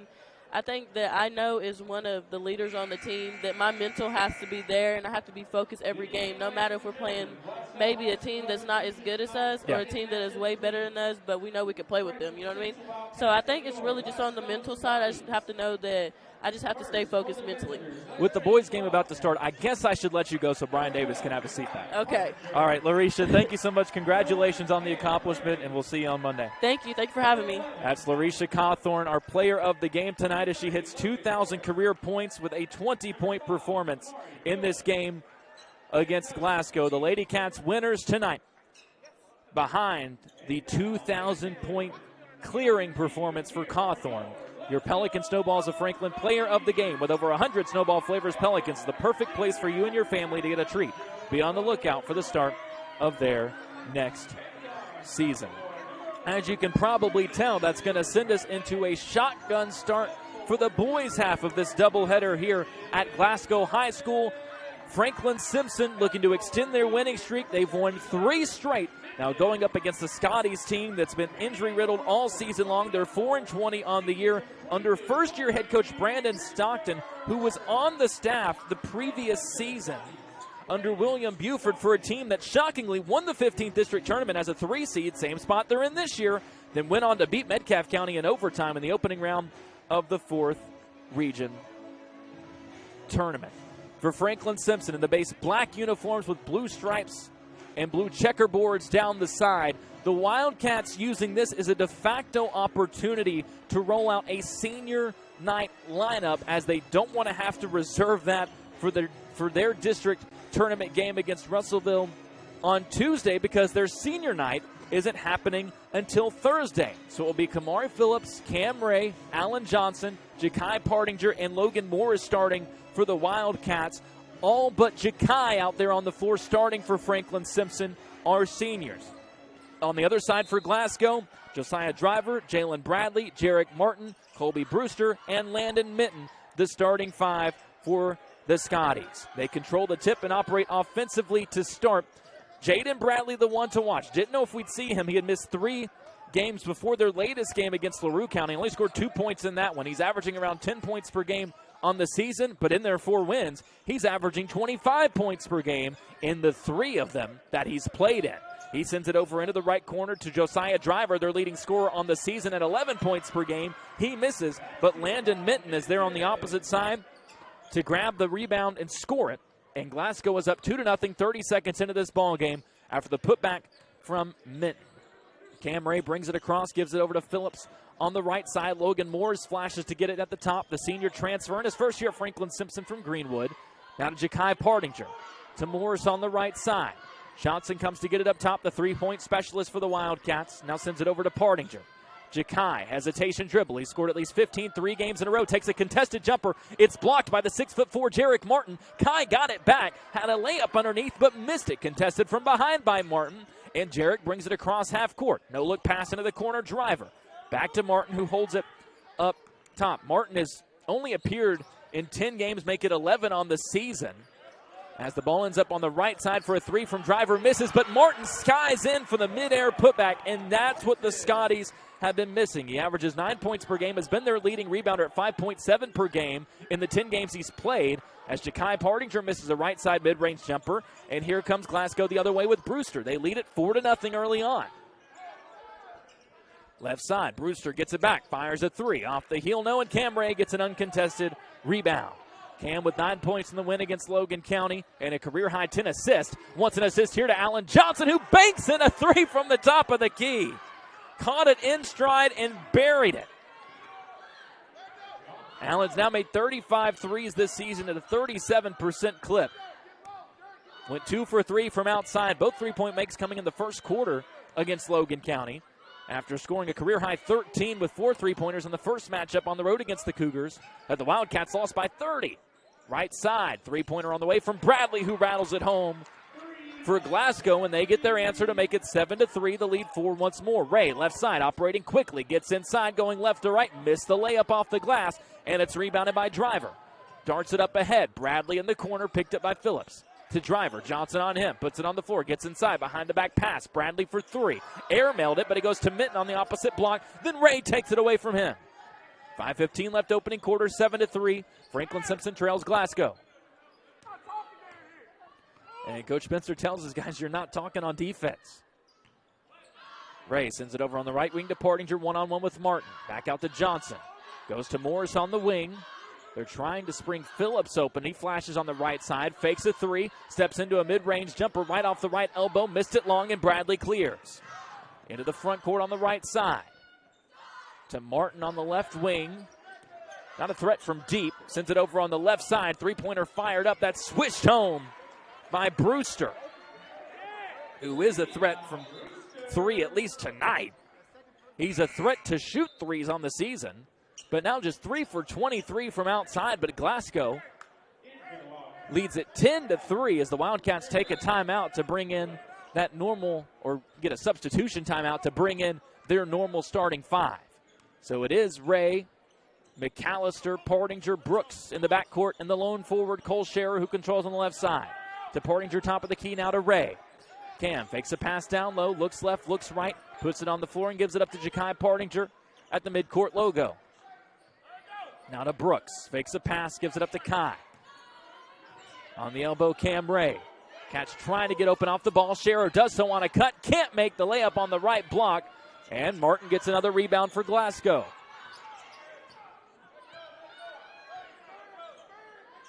Franklin Simpson won both matchups between these two teams last year. 2 very different games. The Wildcats won the first one 72-61. The second 58-56, just a 2-point win. Both games played at Franklin Simpson. In that second game, Jarek Martin was huge for Glasgow, 15 points and 6 rebounds.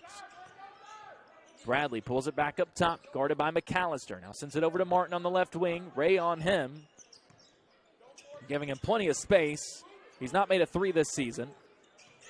Driving in Driver. Off to Bradley, and he pulls it back up top. McAllister on him. Scotty's just moving it around the perimeter as Coach Stockton tells his guys to keep moving the basketball. Martin gets it in the corner, wraps, flips one up, running across the lane, and scores from 6 feet out. Martin already with 4, and it's 12-3 Glasgow. Just like the Lady Scotties, the Scotties come into play. Brooks, right wing, tries to hit a cutting share. It's deflected, ends up with Ray anyway, gets a defender in the air, leaves it for Cole. He can't bank it in from 6 feet out, and here comes Glasgow the other way. Driver lost it, gets it back, and is fouled from behind on the floor. It looked like he was going to charge through Scherer, but that call not made because Kai bumped him from behind. So it'll be a baseline inbound for Glasgow as Quinn Nunley, the 6'1 senior averaging 7.5 points per game, checks in. Off the inbound, Bradley gets it in the corner, now wraps to the right wing. Gets inside, kicks it out into the corner, Driver. Now goes left side to Brewster. Out to Martin. The 6'4 junior feels like he's been around forever for Glasgow. From the top, Bradley drives in, barrels into Ray, who draws the charge. Bradley can be a super explosive player, averaging 10 points per game. Again, he's played in 3 wins for Glasgow, and he's averaging 25 per game in those. 18 against Russellville, 29 in that stunning win against Warren East, 27 against Allen County Scottsville. And the big thing for Bradley in those 3 wins combined, he took 44 free throws, 32 for 44 at the stripe. He went 16 for 22 in the game against Allen County Scottsville alone at the free throw line. So far, neither team has taken a free throw, but it's 12-3 Glasgow with 2:20 left in the opening quarter. Brooks on the right side to Brody McAllister. He's been in double figures 6 straight. Gets inside, his layup, gets the bounce and falls. He was much more aggressive offensively, scoring that career-high 17 against Logan County, his first game with double-digit shot attempts, but he continues to maintain his efficiency. As the layup misses on the other end by Driver, rebounded by Ray. Brody has shot at least 50% in all 6 games of this double-digit scoring streak as Ray is called for an offensive foul, shielding off Driver as he brings it up the floor. And that turnover will send it right back to Glasgow with 1:54 left in the opening quarter, and the Scotties leading 12-5. Brewster comes in, Martin checks back out. Grayson Bartley also on the floor for Glasgow. 6'1 junior averaging 3.5 points, 2.5 rebounds per game. Ball goes on the right side to Driver, who gives it to Bradley, then gets it right back. Now on the left wing, Nunley. Cross-court Driver. Ball left right corner. Right now, ball just being moved around the perimeter for Glasgow. Skip past the left side. Franklin Simpson rotating well. Bradley fakes a 3. Right elbow jumper contested, but knocked down. And Bradley's already got 5. It's 14-5 Scotties. Minute and a half left opening quarter. Ray gives it to Portinger, now not having to deal with the taller Martin on him, but still being hounded by Nunley.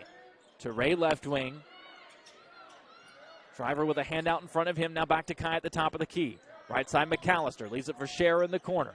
Looks down low, jabs both ways to Kai, right side, gets inside, flips up a runner over 2 defenders, missed it, and the rebound is batted around and collected by Glasgow. The other way, Bartley gets inside, scores in transition, and it's 16-5 as the Wildcats will take a timeout with 58 seconds left in the opening quarter. Glasgow averaging just 51 points per game on the season. They've had to hit that 50-point mark in all of their wins, 4-6 overall when they clear 50. Defense has really been their struggle, giving up 65.5 points per game on the year. They've given up at least 70 in 3 straight games, including their latest loss to LaRue County. 9 times this year they've let teams hit that number. They're just 1-8 in those games with, again, that Warren East game, which did go into overtime, standing out as the lone exception to that. 2 3-pointers made already for the Scotties. They make just 4 per game. If you go back to last year, the first game between these 2 teams, Glasgow went 6 for 14 from 3. The second one, which was the 2-point loss, they go 0 for 10. You make just one of those completely different game. Wildcats, as I mentioned, 6 for 12 from 3 against Logan County. They made 5 or more in 6 of their last 7, averaging 6.6 per game over that stretch. Cats have the ball at the timeout as we tick under 50 seconds left before the end of the first quarter. Brooks gives it to McAllister on the left elbow. Hands to Ray. Wraps around off a screen. Now shovels it to Scherer. Catch and shoot. Right wing 3. Buried it. 16-8, and the Cats now can set up their full court pressure. Jakai nearly tips a pass. Martin is back in now for Glasgow. He fires it to the top of the key. Drive, and the layup is blocked. Jameer Brooks recovered to swat it away from behind. 25 seconds left in the quarter. Ray gets inside. Contested floater, misses. McAllister goes up to try to get the offensive rebound, but can't. Martin up ahead. Wide open on the other end, and scoring is Bartley. He had the layup blocked and then snowbirded and was able to capitalize to make it 18-8. 8 seconds left in the quarter. Jakai on the right wing to Share. Free throw line jumper, missed short, rebounded by Bartley. 3 seconds left, 2 seconds, and Glasgow is not going to get a shot off as the quarter comes to a close. But the Scotties more than happy with how this game starts. They lead it 18-8 after one here on 92.3 WFKN. Let's do a minute. We've been with Franklin Bank since '92 because we trust it. Franklin was a great fit to help build a team and a culture that just kind of resonated with both of us. They took a chance on us. It's not a banking relationship, it's a personal relationship. That's the most important thing to me about doing business with a bank is to have trust and faith in the people you're dealing with. And the people at Franklin Bank do every bit that needs to be done to give me that feeling. We've been with Franklin Bank since '92 because we trust it. Franklin was a great fit to help build a team and a culture that just kind of resonated with both of us. They took a chance on us. It's not a banking relationship, it's a personal relationship. That's the most important thing to me about doing business with a bank is to have trust and faith in the people you're dealing with. And the people at Franklin Bank do every bit that needs to be done to give me that feeling. We've been with Franklin Bank since '92 because we trust it. Franklin. Second quarter underway at Glasgow High School, where the Scotties of Glasgow lead Franklin Simpson 18-8 after one. Wildcats have possession to start the second quarter. Allen Johnson, Cole Scherer, the forwards, Cam Ray, Xavier Hampton, and Brody McAllister make up the backcourt right now for the Wildcats. Brody drives right side, spins left, gets stuck on the elbow, now to Johnson. To Hampton, left corner, Ray. Baseline, Cole Scherer, good ball movement. Puts it on a dribble, now gives it off to McAllister. Tried to slip it with the right hand on the left side, but missed the layup, and it's rebounded by Glasgow. Martin, no-look pass to a streaking Nunley, who scores it in transition to make it 20-8. Glasgow has battled so many injuries this year, it's tough to tell what this team actually looks like as Ray gets inside against Nunley. His layup misses. Rebound deflected by both sides, tipped out of bounds, I say, last touched by Glasgow to stay with Franklin Simpson. 7:16 left before halftime. Ray to inbound. Gets it to McAllister, wide open on the left block, and he scores. McAllister now has a team-high 4. Jalen Bradley leaves Glasgow with his 5. Already 6 Scotties have scored in this game.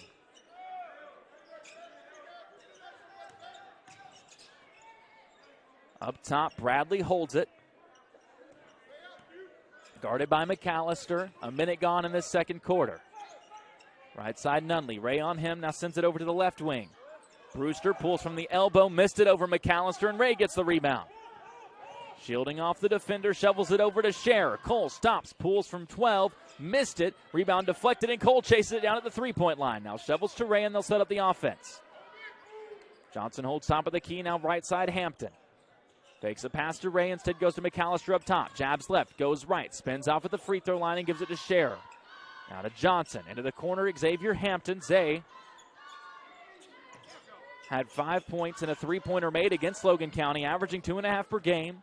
McAllister has it again up top, flips it to Scherer, 8 feet from the basket, flips one up, and that misses short. Tried a little baby hook, thought it was going out of bounds, but Glasgow rebounds. Here comes Martin the other way. Into the corner, now an extra pass made. Brewster gets it back. And now they'll slow things down. Outside, Nunley steps into a left wing 3. Swished it home. Nunley's got all 5 in the quarter for Glasgow, and their lead is 13, 23-10. Scherer up top, drives, picks it up, now hands to Johnson. Guarded by Brewster. Off to Hampton. Nice crossover dribble. Gets inside. Had it knocked away from behind, though, by Nunley. He's been the star of the quarter for the Scotties.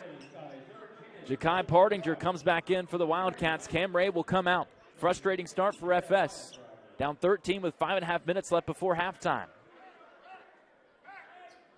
The second quarter brought to you as it is all season long by Wilkins Eye Care. Wilkins Eye Care, we love the Wildcats and support all the players and coaches eye care needs. We are accepting new patients, so call us at 270-776-2020 to make an appointment with Wilkins Eye Care in Franklin. Cole Scherer has his jumper blocked off the inbound. Coming the other way, Glasgow has two opportunities on the break. The putback no good for Martin, and now Ja'Kai Partinger comes the other way. He tries a 6-foot runner, missed it short. McAllister can't control the board, and the ball is going to go after the fray to Glasgow. Cats just unable to take the lid off the rim. And the lead stays at 13 for the Scotties, who, to their credit, had a couple opportunities there in transition but couldn't capitalize. Josiah Driver averaging 11 per game, scoreless so far, brings it across, now sends it over to Nunley. To Martin on the left wing. Scherer guards him. To Driver. Left wing Minton. Good ball movement for Glasgow as Nunley drives in. His runner misses long, and Scherer gets the rebound. Off to Ja'Kai. Brings it across half court. Lost it for a moment, but recollects. Now brings it out to the wing to Johnson. Thought about a three, instead gives to Scherer. Kai comes to get it left wing, and they'll set up the offense there. Into the corner, McAllister. Guarded by Martin. Jabs both ways and gives to Hampton. Cats struggling to get clean looks, and when they haven't been able to convert around the basket. Nunley on Partinger. Kai beats him to the rim. Runner from the left side misses short. Kai throws up both hands in desperation as Martin comes the other way, misses the layup, and they call a charge as Johnson was set up underneath. Good job getting back by Allen.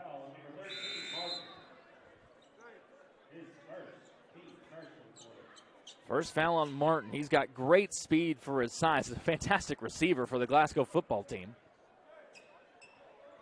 And Kai will inbound underneath the Glasgow basket. The Scotties picking up full court man-to-man pressure. At least off the ball as Kai gets it right back, and Martin is content to stay off of him as Ja'Kai brings it across half court. Right side, Cam Reyes. We're halfway through the quarter. Cam beats his man straight to the rim. Got right around Nunley on the first step and was fouled at the rim where he'll have 2 free throws. First foul against Nunley. Maybe the Cats can get some offense at the free throw line where they were 7 for 10 against Logan County. In their 2-point win last year over Glasgow went 13 for 20. Needed all 13 of them. As Cam makes the first of these 2 free throws. He's Franklin's best percentage shooter at the line at 71%. That attempts per game number continues to dwindle. Was up over 6 for most of the year, now at 5.3. Went 3 for 4 at the line against Logan County. Missed the second by McAllister with an offensive rebound. Out to Jameer Brooks for 3. Missed it short, and Martin this time skies into clear. 23-11 halfway through the quarter. Bradley to Martin up top at the free throw line. Now it's kicked out into the corner to Driver and back to Martin. Crosses over against Brooks. Sends it left corner. Three-pointer fired up by Minton. Misses long. McAllister has the rebound taken away. And still being fought for. What's the call going to be down low? It's a foul against Franklin Simpson. They get it on McAllister, who was battling against Jeremiah Driver. There's Josiah, and then there's Jeremiah. Josiah, the senior, averaging 11 per game. Jeremiah, also a senior, 6'2", averaging 7.5 points, 3.7 rebounds. Much more of a physical player. And with the foul, Glasgow will have a baseline inbound. Josiah Driver will be the one to pass it in. Tries to get it into Martin. McAllister tips it, but it goes to Josiah Driver. Jalen Bradley deep on the right wing, guarded by Ja'Kai. Left side, Martin. Now whips it into the right corner. Josiah Driver gets inside. Kick out. Back to Martin, who just holds it now in that corner, guarded by Scherer. Looks to post up. Sends it outside, and Glasgow content to chew some clock here in a 23-11 ball game. Right side, Bradley able to get inside finally. Kicks it to Josiah Driver. Step back 3, misses. One-handed putback try, no good for Minton. And then Franklin Simpson unable to control the rebound. And it goes out of bounds to stay with Glasgow as the Scotties will take a timeout.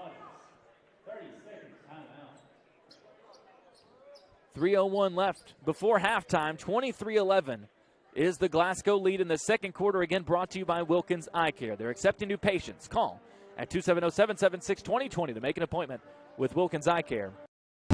I don't do the most, but I do a lot. I'ma make a toast, cause we still alive. No big, I feel like Pac. I shoot a shot. I'm coming in hot.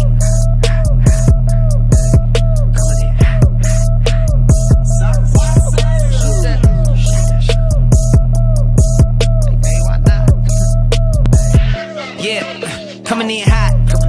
Just like the fajita. I write what I live. My life in the speaker. I'm nice with the flow. Cats so far have 4 field goals total in this game, 2 of them three-pointers. One of them banked in from Alan Johnson, and the other one made by Cole Scherer. As we get back underway, Glasgow has possession.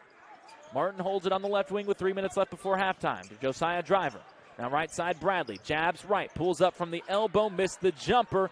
Awkward bounce off the backboard, and it lands with Minton, who is able to put it back up and in. Should have been an easy rebound for McAllister, but it took an extra bounce, and Minton was able to control it.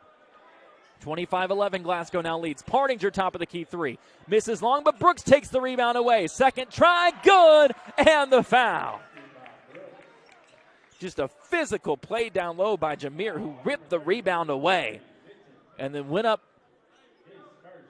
cut through the defenders, and was able to score through the contact. Jameer averaging 3.8 points per game, was one off a career high with 7 against Logan County. Went 3 for 3 from the floor in that game. Can't convert on the free throw, though, and the lead remains 25-13 for Glasgow. Martin splits through 2 defenders, gets inside. Now they work it out to the right corner to Driver, bounce pass to Bradley. Down low, Martin, kick out, Josiah Driver 3. Missed it short, and Brooks gets the rebound. Coach Spencer wants the Cats to run. Brooks shields off Martin, now pulls it over to the right wing. Gives it up to Ray, guarded by Martin. Cam still holding deep on the right wing, 2:05 left in the quarter, crosses over, gets around Martin, kicks out to McAllister. Brody spins at the elbow, lost it, gets it back, throws up a runner, missed it off the left side, fighting for his own miss, and knocked it out of bounds. Cats haven't been able to generate easy looks in this quarter. First quarter had a few more, just couldn't convert on them. As Brody McAllister comes out, Easton Kelly in. With 1:55 left to go in the first half, Cats trail 25-13. Driver right side, leaves it for Martin. Now left side, Bradley. Looks into the Wildcat zone and gives it back to Driver. Josiah Driver, pass deflected. Down low, Kelly fighting for it, and quickly a jump ball going to be called between Kelly and Minton, and the arrow will keep it with Glasgow. That was a good job by the officials to call that quickly, because Minton had a big size advantage and just wanted to make sure that didn't get too ugly. Glasgow will inbound. It goes to Martin up top, guarded by Brooks. Back to Minton on the left wing. Surveys, now sends it over on the right side to Driver. Now to Bradley. On the baseline, Minton wraps around, gets underneath, and he's fouled going up on the right block between Brooks and Ray. They get the foul against Cam Ray. And they're actually going to say it's on the floor. The official says it was off the rebound. The call came in late. It couldn't have been off the rebound.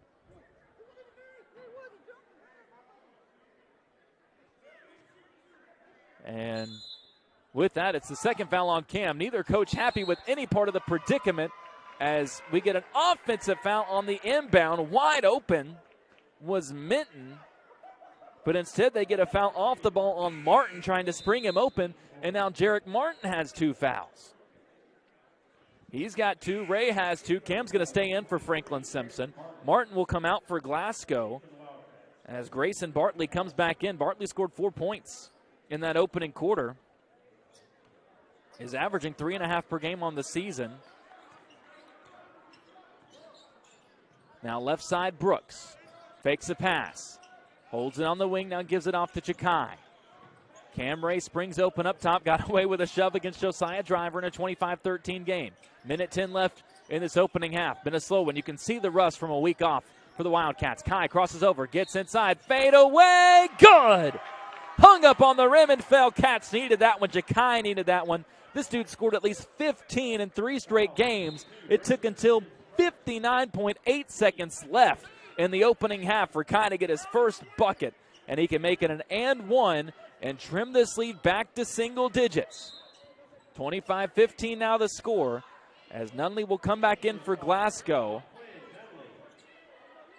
Brewster, who got the foul, will come out.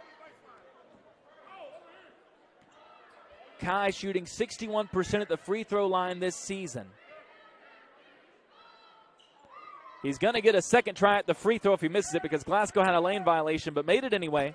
Kai's got his first 3 points of the game. It's 25-16. Kai deflected a pass off the inbound. Glasgow gets it back with Bradley, and then Josiah Driver walks in the backcourt. Cats will bring in a quick sub. Cam Ray back into the game with his 2 fouls. Allen Johnson will check in as well. As Easton Kelly, whose plus-minus is going to look good for that run on the floor. Cats gained about 5 points while he was out there. He'll come out, as will Jameer Brooks. And Ja'Kai will inbound from the far side. Cam gets it in the backcourt with 50 seconds left to operate with in this first half. Ray holding it deep on the left wing, guarded by Driver, taking his time. And now Coach Spencer tells him to initiate the offense.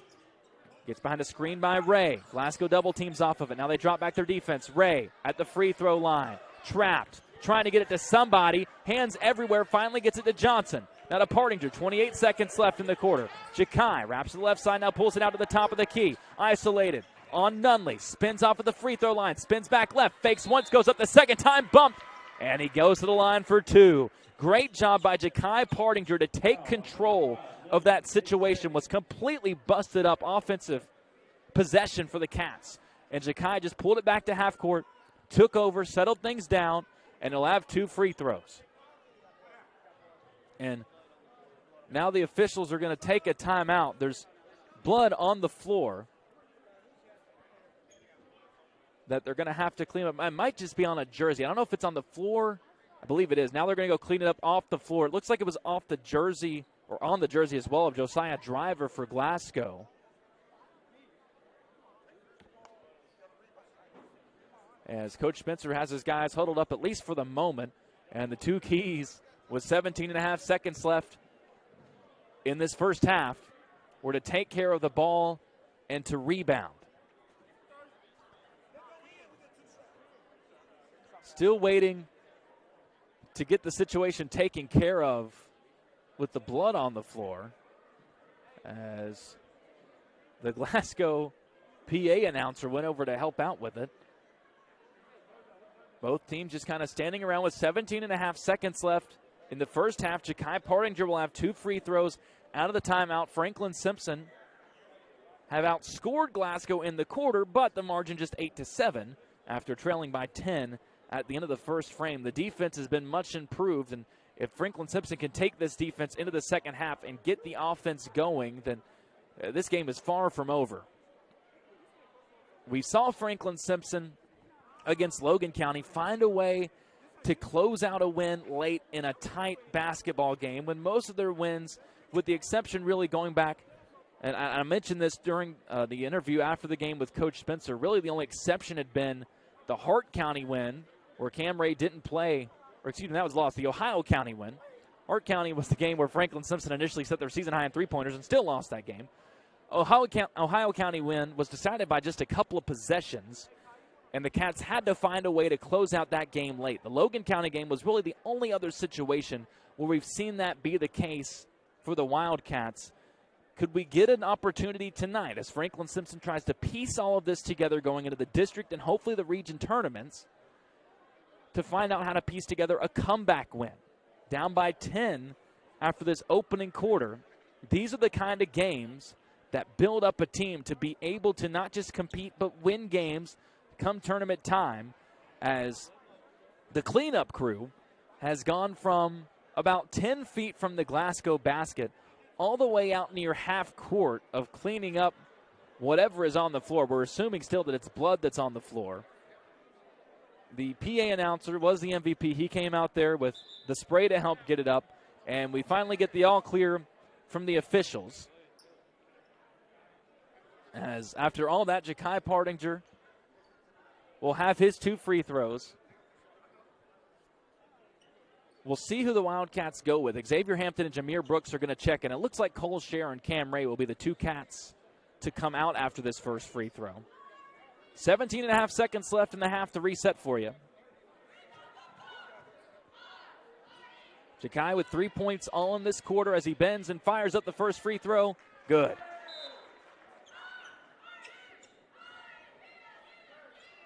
unaffected by the 3 or 4 minute pause. As we get back underway, it's Cam and actually Alan Johnson. A bit of gamesmanship there from Coach Spencer as Cole Scherer will stay in for the Wildcats. Second free throw for Kai. Rattles off, no good. Here comes Nunley the other way. 12 seconds left in the quarter. It goes left side to Martin. Back up top, Nunley. Hampton gambled on the steal, able to recover, and now it goes into the corner to Bradley. 4 seconds left in the quarter. Forces up a three. Missed it short. Rebound collected by Hampton, and that will bring the quarter to a close.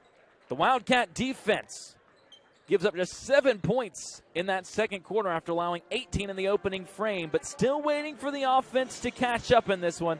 The Wildcats trail it 25-17 at the half here on the road against Glasgow. We'll take a break. When we come back, we'll get you all the stats from this opening half. I say all, not too many in a game where only 42 points are scored in the opening half. We'll recap the girls' game a bit. We'll look ahead for both the boys and the girls. If you haven't heard yet, we'll get you the schedule, what things are going to look like next week in the smoothest and most collected way that we can. And then we'll see what the Wildcats need to do in this second half to find a way to come from behind, trailing 25-17 at the break at Glasgow. You're listening to Wildcat Basketball on 92.3 WFKN. I don't do the most, but I do a lot. I'ma make a toast, cause we still alive. No big, I feel like Pac. I shoot a shot. I'm coming in hot.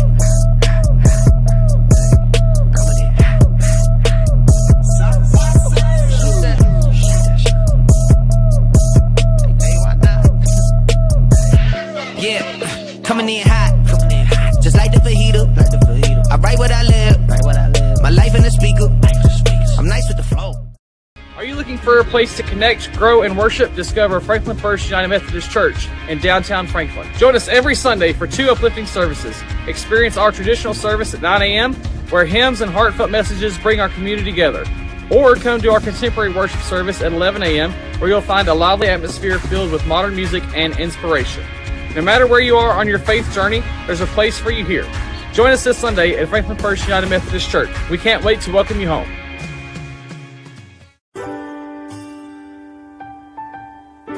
There are buttons to button, snacks to prepare, math problems to help with, and boo-boos to kiss. If you have people who need you, you need life insurance. Talk to a Kentucky Farm Bureau agent about a policy that protects the ones you love. Kentucky Farm Bureau Insurance. Big on commitment.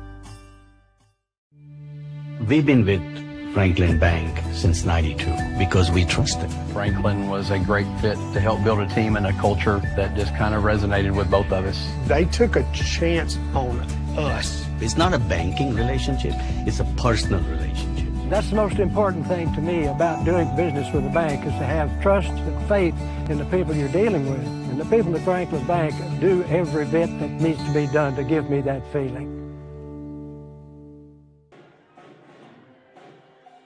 Hey, Mr. Smith, what was that call about last Friday night? Well, Doc, I thought he crossed the line. I'm pretty sure everyone in the stands thought you were the one that crossed the line with that call. I guess I get that all the time, Doc. Well, I'm glad you finally came in here to get your eyes checked at Wilkins Eye Care. And like I said, I hear that all the time. Go, Cats! Wilkins Eye Care, 705 North Main Street, Franklin, Kentucky.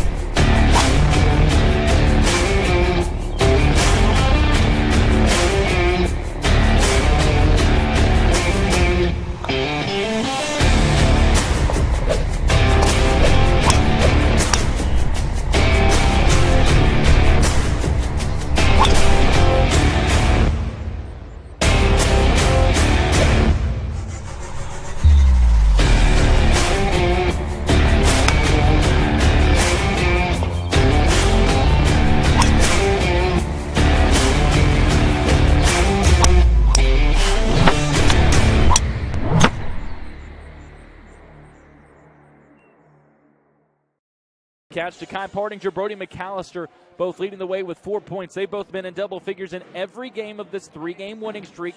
Brody's been in double figures in 6 straight games overall. Ja'Kai has done it in 4 straight games overall. He's scored at least 15 in every game of this winning streak, averaging 19 points per game, shooting 50% from the floor. Each of them have struggled. Brody has shot at least 50% from the field in every game.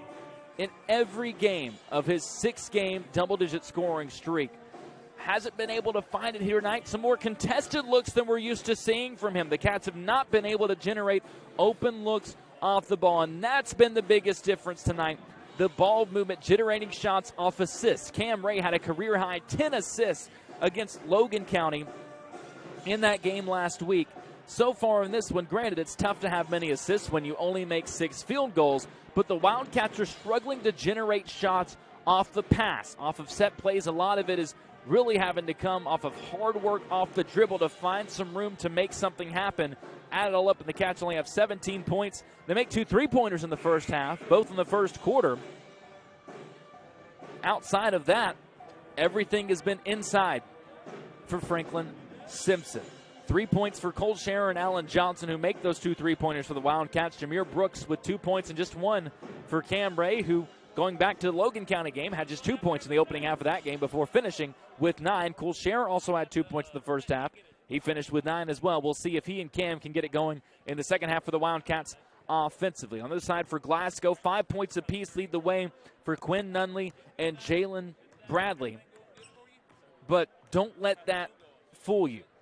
The most impactful player in this opening half for Glasgow is Jarek Martin, playing in just his 11th game of the season. He did not play in their latest game against LaRue County, and I was talking to their radio team before this game. They didn't know if Jarek Martin was going to play in this game or not. It seemed like they might try to rest him and just continue to get him to 100% going into their district tournament, which might sound weird for a team that's 4-20 on the season, but 3 of their wins in district play, they're going to play in that 2-3 game in the 15th district, a game that if you go back to last year, they won in shocking fashion, went on to win the entire district and win a game inside Diddle Arena. So if anybody knows their season isn't over, it's certainly this Glasgow Scotty team. And if they can get going like they have tonight, they're going to be able to compete in a 15th district that really, Barron County's been the best team, but the margin between those teams, once you get into that 3-team group of Glasgow, Barron County, Warren East, despite the huge difference in record, there is not a huge difference. There is not a huge margin between those 3 teams. Any of those 3 could come out on top as winners of the 15th district. Martin has 4 points. That's tied with Grayson Bartley, who comes off the bench with 4. Landon Minton has 4 points and a handful of rebounds in this game for Glasgow as well. Then 3 points from Colby Brewster rounds out the scoring for the Scotties, who make 3 3-pointers in that opening half. They don't even attempt a free throw. We talked about the key number for Glasgow being free throw shooting. In their wins this year, they're making 18 free throws per game. Overall on the year, they average 8 made free throws per game.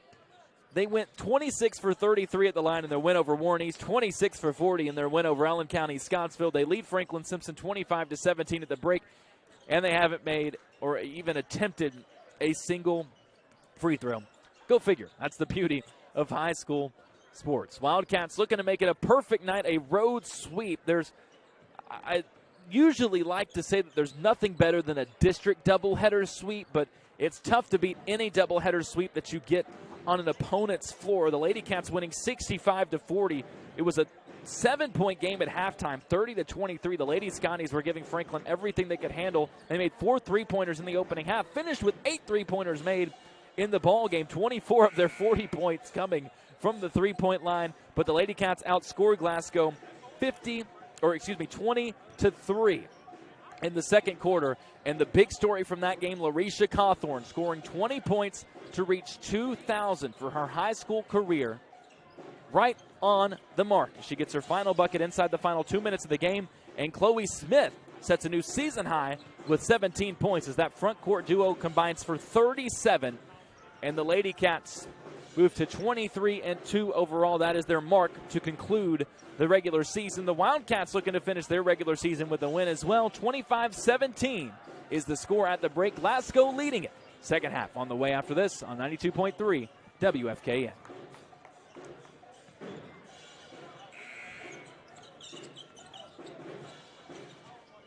We can do a minute.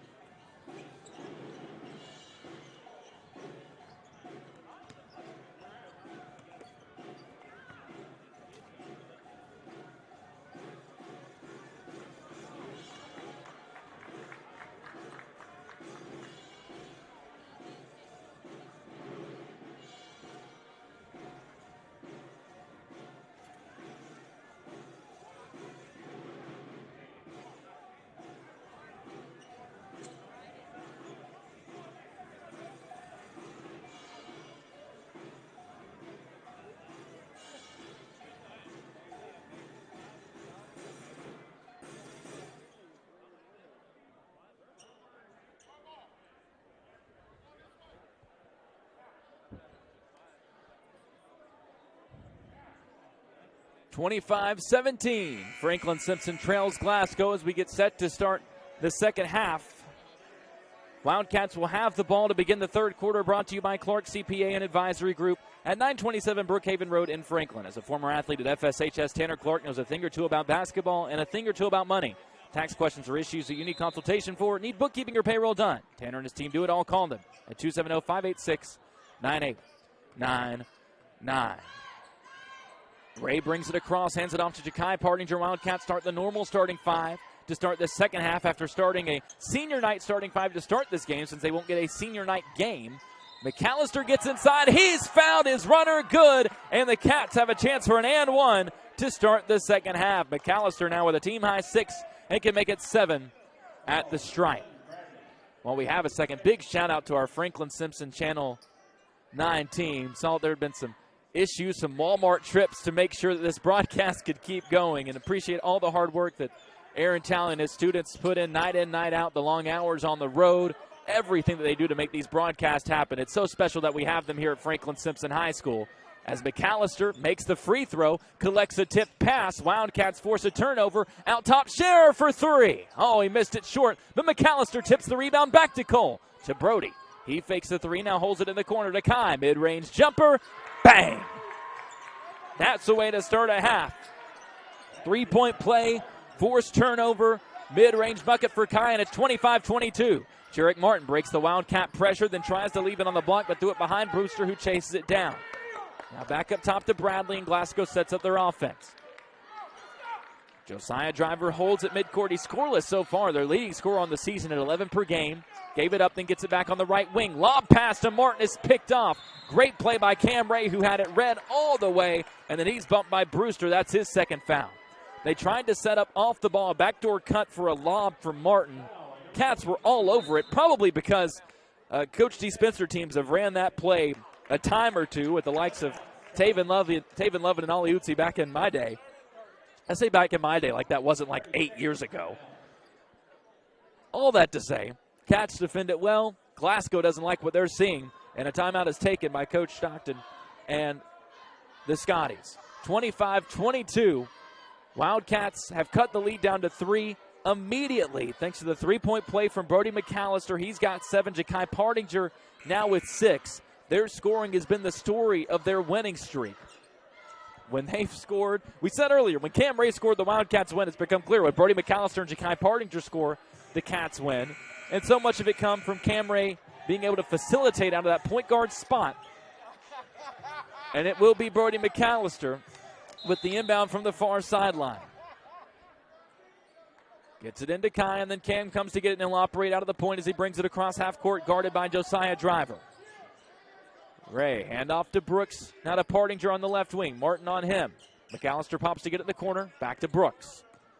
Wraps to the right wing, bounces to Cam. Ray fakes one pass, gives it to Scherer on the elbow. Holds there, looking for an option. Fakes the handoff to Ray. Gets inside, shot blocked, but a foul call. If it's on Martin, it's his 3rd, but they get it against Minton, who was on the side. That's who Scherer initially beat off the dribble. And Cole Scherer, averaging 7.5 points per game on the season, will take 2 free throws. The first one, good. Now 19 for 27 at the free throw line this season. Cats shooting 61% as a team on the year. They took 5 free throws in the first half, all in the second quarter. They've already taken 3 here in the third, made all of them, and the Glasgow lead is down to 1. A 7-0 run for Franklin Simpson. Minute and a half into this quarter. Mind you, the Cats scored 17 points in the entire first half in 16 minutes. Bradley, double team, gets it to Martin. Elbow, kick out into the corner, not taking the 3 is Brewster. Instead, it goes outside to Driver. Now to Martin in the corner, and he resets. Guarded by Ray. Looks to post up. Turns, he fades. If you're the Wildcats, that's the shot you want him to take. He had the huge size advantage on Ray. Instead, takes the 12-foot face-up jumper, missed it, and here come the Cats. Kai, kick out. Ray fakes the 3. Gets baseline. One-on-one with Bradley. Inside spin, scores, count it, and 1.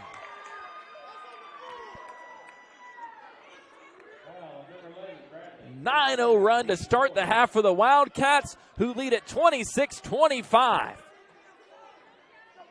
Cam, Kai, Brody, and Cole have all scored to start the half. Free throw gets the bounce, and just like that, in 2 minutes and 10 seconds, the Wildcats have scored more points in this quarter than they did either of the first 2. 27-25, Franklin Simpson leads. After the third foul called against Bradley, he has to come out. Quinn Nunley in the game for him. Nunley has it on the left wing, drives left side, kicks it out into the corner. It's bobbled by Brewster, who resets up top with Josiah Driver. Driver wraps to the right wing and hands it off to the big man Minton. To Martin, fakes a pass, now gives to Driver. He's got to find a way to get going. Gets inside, flips it off the glass, and does so with a floater for his first bucket of the game. I mentioned he's averaging 11 points per game, but had been under 10 in 5 straight games before he scored 17 their last game against LaRue. As Partinger misses a right side jumper, here comes Glasgow. Martin wide open on the left block, scores in transition, and just like that, the Scotties take their lead back with back-to-back buckets. It's 29-27, Glasgow with 5 minutes left in this third quarter. Ray, left side to McAllister. Nearly lost his footing, but gets rid of it to Partinger. To Brooks in the right corner. Jameer, left-handed dribble. Gets around Brewster, now shovels it to Partinger. Guarded by Martin. That's been the matchup. Now to Ray up top, over to Brody. Quick pass to Scher. Everybody just getting a touch. Down low, Partinger. Surveys 2 defenders, now gives it off to Ray. Cam thought about a 3 off the dribble, instead goes to Brooks. Jameer off a screen from Cole. Gets the block, stuck there. Now wraps it over to Scher. Nearly took a long 2. Now gives it back to Jameer in the right corner. Drives baseline. Beats his man. Reverse layup blocked from behind. That's the second block in this game for Nunley. And it'll stay with Franklin Simpson underneath. Jameer tried to go to reverse to get to that left hand that he's more comfortable with. And it gave time for Nunley to come in and recover and swat that shot out of bounds. Ray will trigger the inbound from underneath. Quickly into Scher. Fades away with the hook shot and scores it over Bartley. Cole's got 4 in the quarter, 7 on the night, and we're tied at 29. Business is picked up here in the second half. Driver at the free throw line. Nunley didn't see it, but it goes straight into the corner anyways. And Glasgow keeps possession. Josiah Driver inside off a fake. His floater from 12 is good. Josiah Driver now with 4. And Glasgow takes the lead back again. Ray right side crosses over. Beats Driver off the dribble. Acrobatic shot. Missed it short, but he knew it and hung up in the air and tipped it out to Scher. To Partinger. McAllister fakes a 3 against Nunley. Spins. Gets inside. Right block layup. Left it short. And it's rebounded by Nunley as well. Up ahead. Skip pass. Driver bumped from behind. He was going to pass it. We'll see if they give him free throws. He wasn't shooting. He hung up like he was going to pass it. And they are going to give him free throws. He had hung up there after the contact like he was going to pass that ball. But because I guess they say if he wasn't fouled, the intent would have been to shoot. I don't know how you can play the woulda game, but it'll be 2 free throws. And the first one, good. Alan Johnson comes in. Jameer Brooks comes out for Franklin Simpson. 32-29 now is the Glasgow lead. I said Driver had to find a way to get going. I guess from the Franklin Simpson side, I should not have said that because he scored 6 points since then.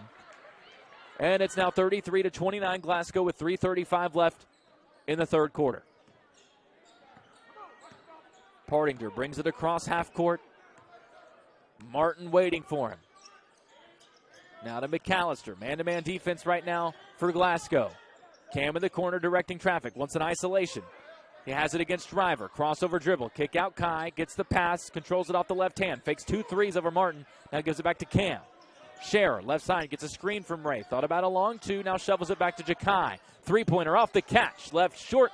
And rebound is pulled down by Nunley. Here comes Glasgow. Nunley splits a double team. Gets all the way to the rim. Left the layup short. And the rebound is knocked out of bounds. They say last touch by Franklin Simpson. Brewster went up to force the issue. Looked like he touched it last, but they say the Wildcats got the last hand on it. Brewster will come out, Minton back in. And Driver will inbound on the baseline. Glasgow up by 4 again, 33-29. Nunley, right side off the inbound, fakes a 3, guarded by Partington, lost it on a behind-the-back dribble. Cam Ray in transition, shields off Nunley and is bumped from behind. And helped up quickly by Martin. That's the second foul on Nunley. It's also the 5th of the quarter on Glasgow. And that'll be 2 free throws for Cam Ray. And actually, they've got that as the 3rd on Nunley. If it is, that's his 3rd to go along with Bradley's 3 in that backcourt. He had come in for Bradley, who had 3 fouls. Cam will take 2 free throws. First one good.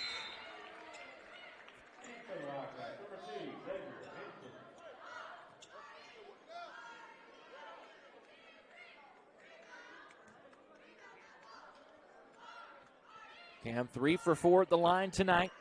He's got 5 points, make it 6 as the second swishes through. 5 of the 6 coming in this third quarter. If you had to break down his points by percentage, it'd be close to 75%, if not more, in the second half of games this year. 2-point game, 33-31 at midcourt. Martin is fouled away from the ball. Had a collision unintentionally with McAllister.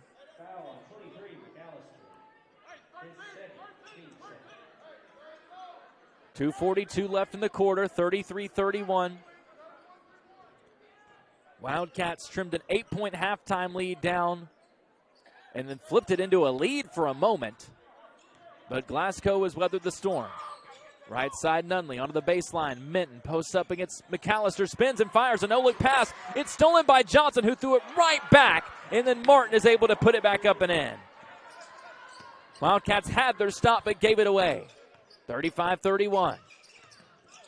Ray double-teamed off a screen. Behind the back pass to McAllister. Fakes a mid-range jumper. Drives baseline. Gets the defenders in the air and scores.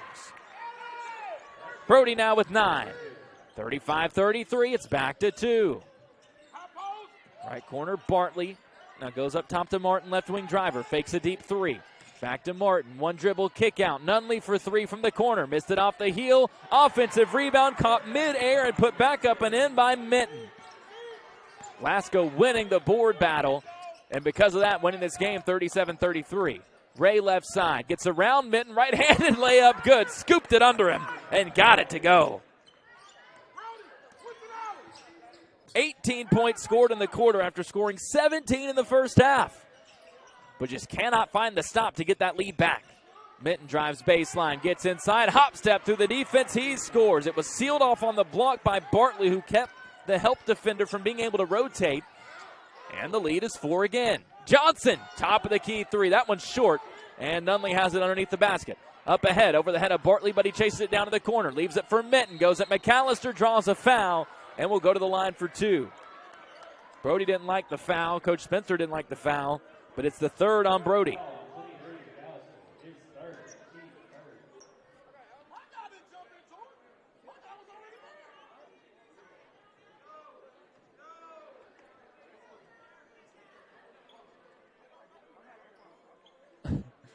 Coach Spencer at first said to the official, you probably heard it. My guy didn't jump into it. My guy was there, and then he brings the official in, and they had a discussion. He said, I'll be honest, that one was close.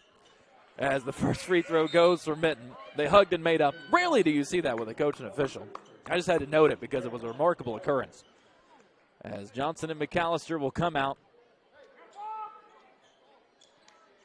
Brooks, Ray, Scherer, and Hampton on the floor for the Wildcats. Both free throws good for Minton. He scored 6 in the quarter. He's into double figures with 10, And it's 41-35 Glasgow. Their lead back up to 6 with a minute left to go in this third quarter. Kai to Brooks on the right wing. Now gives it back to Kai. Left side, Ray. He tries a catch and shoot three. Missed it short. Long rebound, batted around. And it's taken away by Jeremiah Driver. 45 seconds left for Glasgow to work with in the quarter. If they score, they'll have fully reclaimed that 8-point lead. Driver up top, gives it over to Nunley on the right wing, behind the back dribble, gets inside, flips up the runner, missed it long. Rebound collected by Sher. It was nearly pulled back in again by Minton, but he mistimed his jump slightly. Here comes Ray, 25 seconds left in the quarter, behind the back dribble, burst to the rim, takes the contact, and one. A double flex for his trouble. Have a quarter, Cam. He's into double figures now with 10, 9 in this third quarter. And he's got a chance for a second three-point play. That time, got to the top of the key, hit that behind-the-back dribble, and exploded towards the rim. Free throw doesn't get the bounce. And Glasgow clears with 20 seconds left in the quarter. Josiah Driver trapped in the backcourt, and Ja'Kai Partinger. I can't believe it took this long for the first Ja'Kai Partinger kick of the game. That's got to be a record for how long we've had to wait. 16 seconds left to go in the quarter. Nunley gets the inbound. Glasgow taking their time until Nunley throws it right to Partinger. Missed the layup. Then a foul called underneath as both teams were fighting for the rebound. Glasgow seemed to think they blocked Kai's shot, and then a technical foul is called after the play. Ja'Kai is signaling that it's against Glasgow. It's him and Minton that were down there. They hold up a 13. It's on Jarek Martin. Jarek Martin picks up a technical foul after the play. So not only were the Wildcats going to have free throws anyway, but Martin gets a technical foul after the fact. Oh, no, now they correct it. Martin had the original foul, I believe. Nunley, with the technical, now has 4 fouls.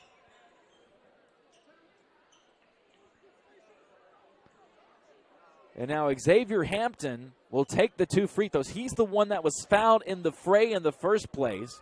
The Wildcats will get the ball after these, as Hampton misses the first of the 2 free throws with 10.5 seconds left in the quarter.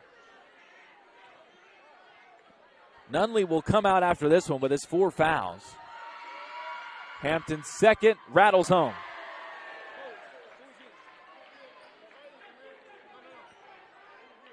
And now Ja'Kai will take the 2 technical free throws.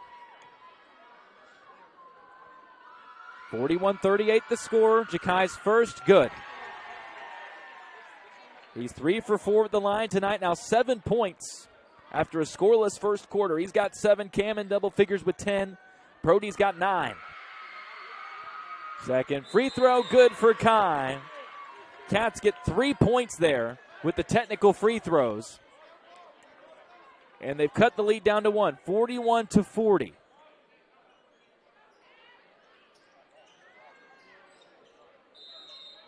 And they'll get to inbound at half court with 10 seconds left to go, but Johnson throws it away. Martin picked it off, but couldn't score at his own basket. 5 seconds left to go. Brooks, left side, brings it down. 3 seconds, 2 all the way to the rim. Kick out. Johnson at the horn. Missed it long.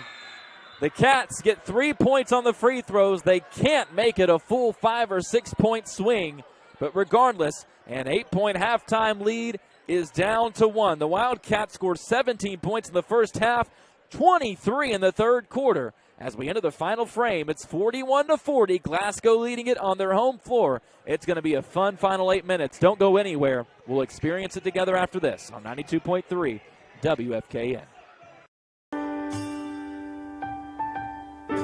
There are buttons to button, snacks to prepare, math problems to help with, and boo-boos to kiss. If you have people who need you, you need life insurance. Talk to a Kentucky Farm Bureau agent about a policy that protects the ones you love. Kentucky Farm Bureau Insurance. Big on commitment.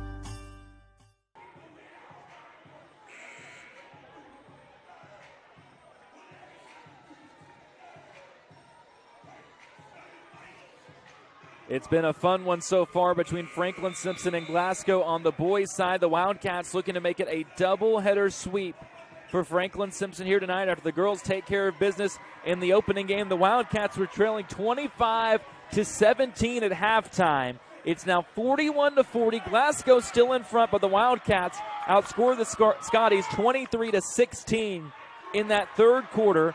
Cam Ray leads the Cats with 10. Brody McAllister has 9. Ja'Kai Pardinger now with 8. On the other side for Glasgow, 10 points leads the way for Landon Minton, averaging 3.5 per game on the season. Scored 6 of their 16 in that third quarter. Jarek Martin had 4. He's got 8 points total.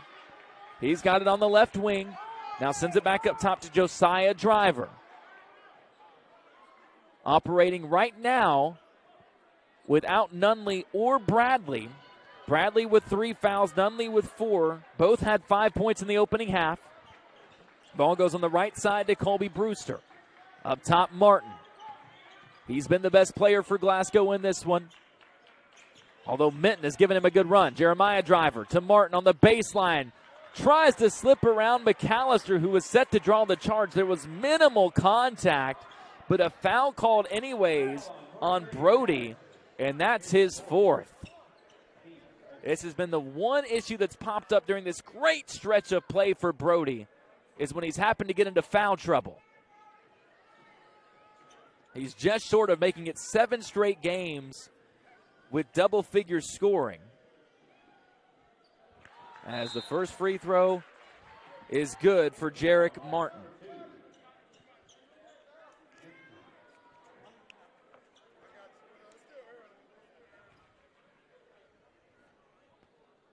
We'll see with 7:17 left in this fourth quarter how long Brody McAllister stays on the bench for the Wildcats as Martin misses the second. Scherer gets the rebound, and the Cats have it down trailing by just 2, 42-40. Pardinger, left wing. Guarded by Martin. Sends it over on the left side to Brooks. Fakes a 3. Now gives it to Xavier Hampton at the top of the key. To Ray. He was the star in that last quarter with 9 of his 10 points coming in the third. Ja'Kai stuck up top. Gives it to Scherer on the wing. Then gets it right back. Kai fakes a 3. Keeps 1 foot on the ground. Spins at the elbow. Hits a cutting Brooks. Gets to the right block and scores with the right hand. Jameer now with 4. Scored that one over Minton. And we're tied at 42.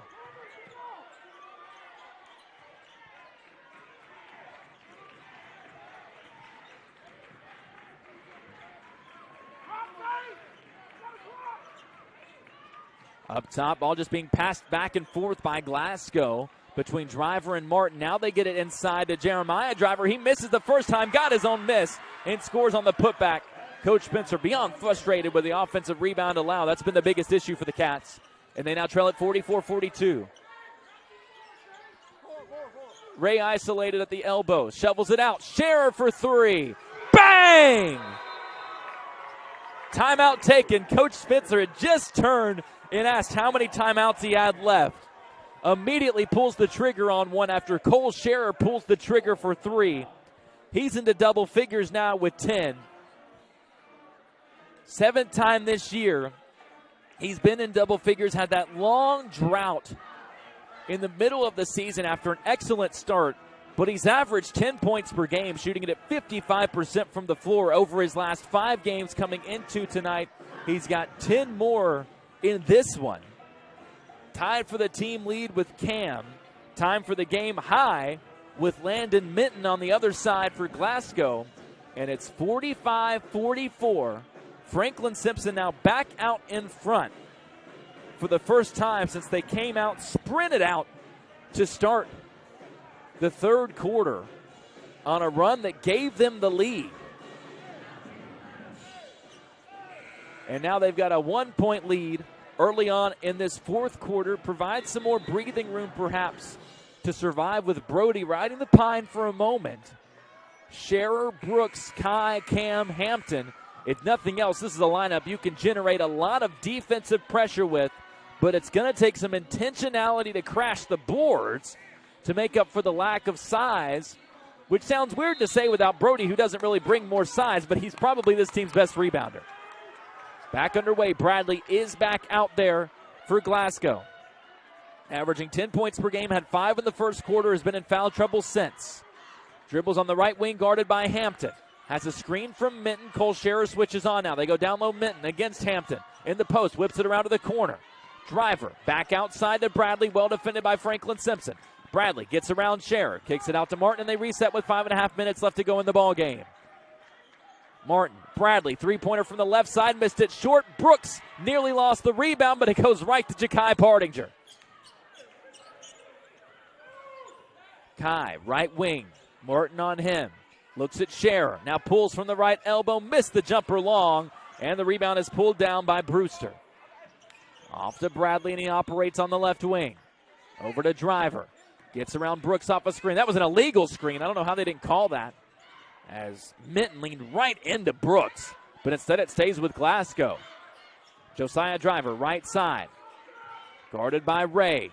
Gets to the free throw line, slips it back out to Bradley. Hampton on him. Zaid poked it away. It goes right to Minton. Gets around Scherer on the baseline. Throws up a shot falling down and missed it. Here comes Cam Ray. Cats have numbers, but it's knocked away from behind by Martin. Up ahead. Minton all alone and scores. Cats have numbers. Martin saves the day. And Minton, who had fell down, benefits from it with the free layup to make it 46-45 Glasgow with 4.5 minutes left to go. Ray hands to Hampton. Brooks with it at the top of the key. Now it goes to Ja'Kai Pardinger. Kai, only 8 points in this one. Zay on the right wing, gives it up to Cole Scherer. Back to Kai. Brooks in the corner, fakes once, gives to Cam. Thought about a three, instead drives. Posts up inside, fakes once, leaves it for Hampton underneath. Missed the wide open layup. Rebound tip, but Cam Ray takes it away. Gets the defense in the air, and he's hacked underneath. That was all willpower from Cam Ray.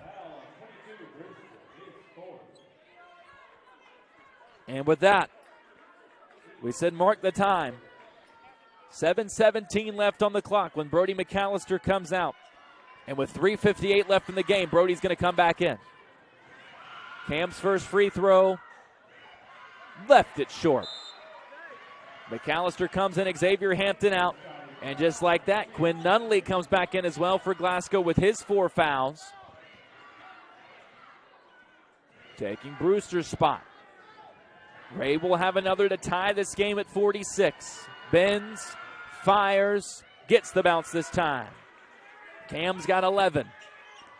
46 all. Another barn burner this time on the road. Can the Cats make it 4 wins in a row heading into the district tournament?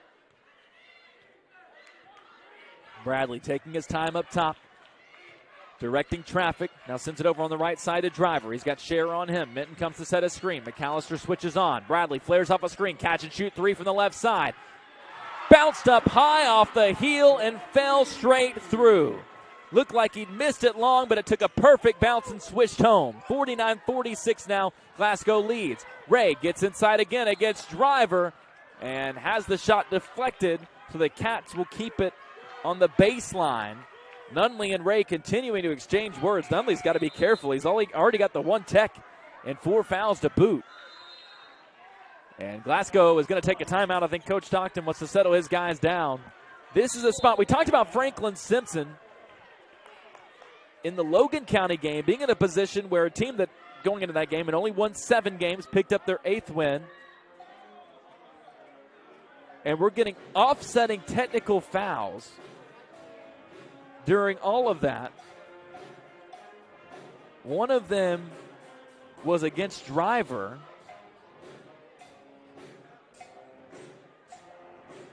And who did they get that on for us? Yeah, it was on Cam. So Cam and Driver? So Cam and Josiah Driver get offsetting techs. I'm not surprised that Cam picked one up in that spot, but to me it looked like the chatting was with Nunley. As I mentioned, he had to be careful because not just would that be the second tech, he'd be out of the game. It is no issue for Josiah Driver. It is the third foul picked up for Cam Ray. They offset, so nothing will change in terms of possession, and the Cats will keep it underneath in a 49-46 ball game that I will tell you how much time is left in 30 seconds because they put the timeout clock up instead of the game clock on the scoreboard here at Glasgow High School. Cats blitzed with 23 points in the third quarter. They've scored just 6 in this fourth quarter so far. Cole Scherer and Cam Ray in double figures. 11 points for Cam, 10 for Cole. Neither Brody or Kai have hit that mark. And I'll make a very safe prediction. Franklin Simpson will likely need both of them to get there to win this ball game. They both stand on the elbows as we get set for this inbound play. On each block is Scherer and Johnson. Ray will inbound with 3:19 left to go with the Cats trailing by 3. Josiah Driver, the one on Cam, as they both are still discussing with the official after the fact about those technical fouls. Cam gets the ball to inbound. Johnson trying to flare open. Catches it. Right corner 3. Rattled out, no, but McAllister gets the rebound. His floater misses, but a foul called on the shot, and Brody will go to the line. He was bumped by Bradley, and that's Bradley's 4th foul.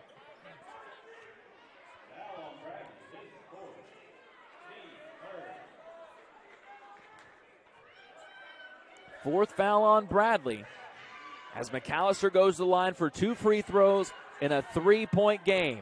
First one, perfect, and his double-digit scoring streak continues. I think he'd rather have this win streak continue, though. What an emergence it's been for Brody as just a sophomore. The future very bright for this team. Senior night coming up next week on Thursday, but, man, it's hard not to think about the future. Second free throw, though, rattles out, and it's rebounded by Minton, and Glasgow keeps a 2-point lead. Ball thrown away, though. Thrown away. It was thrown to nobody by Driver. And by nobody, I mean Cam Ray comes up with it. Cole Scherer now on the left wing gives it to Brooks. Jameer top of the key, guarded by Nunley with his 4 fouls. Leaves it for Ray on the elbow. Driver looks him in the eyes defensively. Fakes a pass to Kai, and now it goes to Jameer. To Brody, now right corner Cole. 2:45 left in the ball game. Scherer gives it to Ja'Kai Partinger. Now back over to Cam. One-on-one with Driver. Crossover dribble. Lost it on the way inside, but he's fouled on the floor. That's the 4th foul of the quarter against Glasgow. That's the 2nd foul against Driver. Johnson checks back in quickly for another baseline inbound. Next foul puts the Cats in the bonus for the rest of the game. They've taken 20 free throws already, made 14. Wide open, Scherer on the right block. Johnson had their attention. Scherer springs free. Cole's got 12, and we're tied up at 49. Scherer 2 points off his career high as we get a kick ball called against Franklin Simpson. Kai started to rack him up now that we finally got the first one out of the way.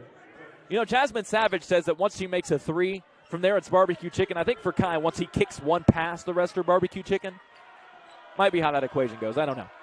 2:25 left to go as Bradley gets the inbound. Near side it comes to Nunley.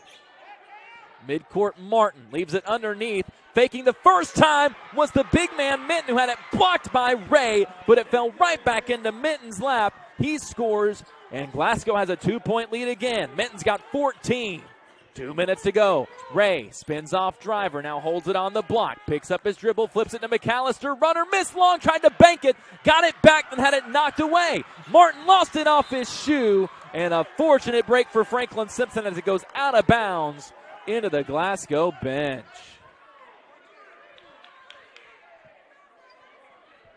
And I don't know what the argument is here from the Glasgow coaches. That was pretty clearly just lost by Martin.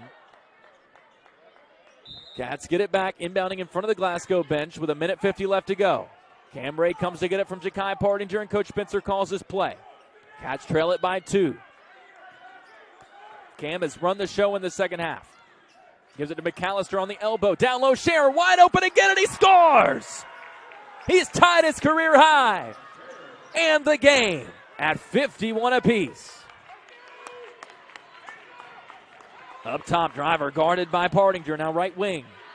Ball shifts up top to Nunley. Now it goes back to driver McAllister on it.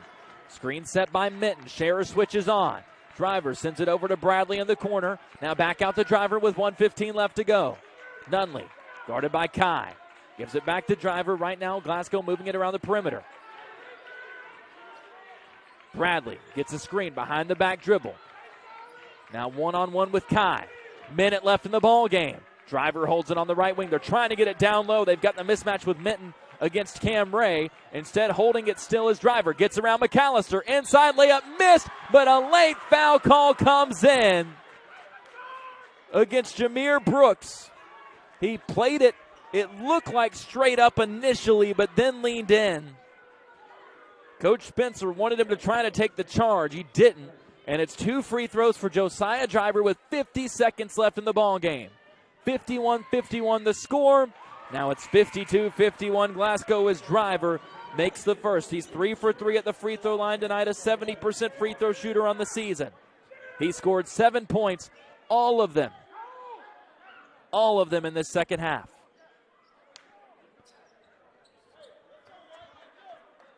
(52-51). One more free throw for Driver. Cats have 50 seconds to work with. How do they respond?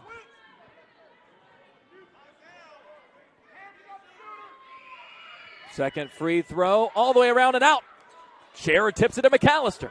Still a 1-point game as the Cats take control. Ray will walk it across half court. 52-51. 40 seconds left to go as he crosses the half court line.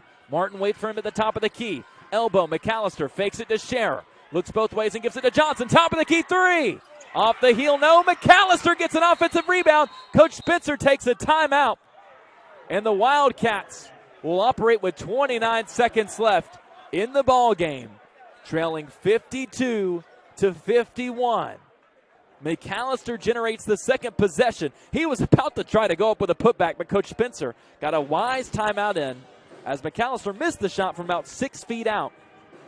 52-51. Wildcats trail it by a single point in a game that they trailed by double figures early on. Trimmed the lead down to 8 at halftime. Took the lead to start the third quarter with a brilliant run out of the break. Glasgow weathered the storm.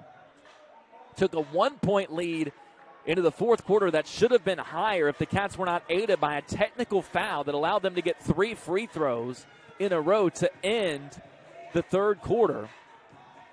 And now add it all up, inside a minute left to go, the Cats have an opportunity down by 1 coming out of a full timeout to draw something up to try and take a lead for good.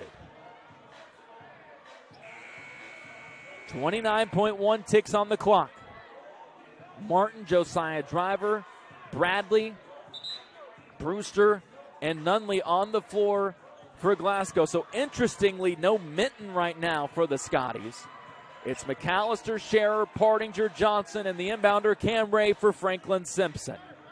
Do they try to use Johnson for 3? Do they use him as a decoy for Scherer? Right now, Glasgow has Martin camped underneath the basket to try to take that away. Cam fakes one pass, goes to Partinger. He's tied up underneath. Is it a reach-in foul or a jump ball? It's a jump ball, and the arrow keeps it with Franklin Simpson.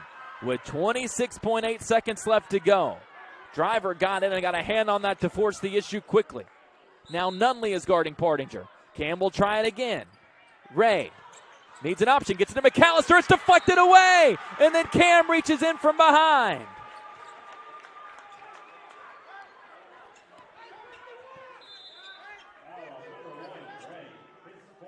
It's the 4th foul on Cam Ray with 24 seconds left to go, 52-51. Cats do have 4 fouls already, so they've already got Glasgow in the bonus. You got some time to pressure if you want to. Martin will inbound. Up ahead, wide open is Bradley. He collects it, now wheels it back out. Brewster, Scherer trying to chase him down, and that's who the Wildcats will foul with 19.6 seconds left to go in this game. Brewster has only taken 8 free throws this season. He's made 3 of them. But in spots like this, you can throw numbers out the window. Can this Glasgow team, who's only won 4 games this year, figure out how to close out a win? And can the Wildcats close out a comeback? First free throw short. Cats fouled the right guy. McAllister and Johnson in. Brooks and Hampton out.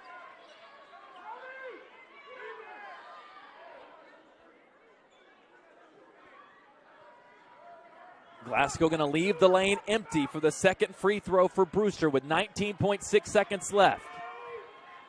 The only man down there now is Martin. He's fighting for the rebound. Had position, but the free throw went in.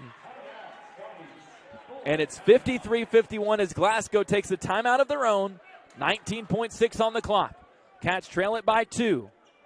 Cole Scherer's got 7 points in this fourth quarter. The rest of the team has 4. 2 for Jameer Brooks, a point for Cam Ray, a point for Brody McAllister. Much more balanced effort in the quarter for Glasgow. They had the big three. That was really the quarter-defining play. The three-pointer off the back of the rim for Bradley that bounced up. It went higher than the height of the backboard and then fell down and through, swishing perfectly. That's the only three-pointer of the quarter for Glasgow. They get a two-pointer from Jeremiah Driver, 4 points early on from Landon Minton, who's their leading scorer with 14 points in this ball game. Jarek Martin, Josiah Driver, and Colby Brewster all split pairs of free throws. And it's 53-51. Franklin Simpson trailing Glasgow on the road with just inside of 20 seconds to work with to try to pull this thing out.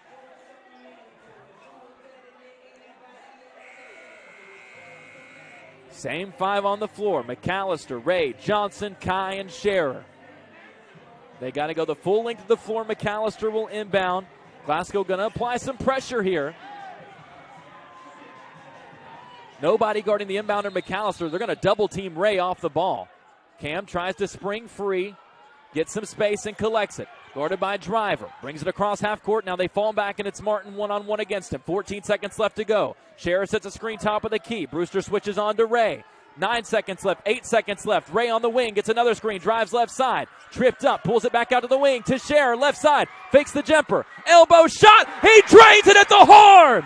He drains the mid-range jumper at the horn. We're tied at 53 and headed to overtime. Something about playing games in Barron County. The first time the girls go into double overtime at Barron County. Tonight, the boys headed for an extra 4 minutes at Glasgow. We're tied at 53. Overtime on the way after this on 92.3 WFKN.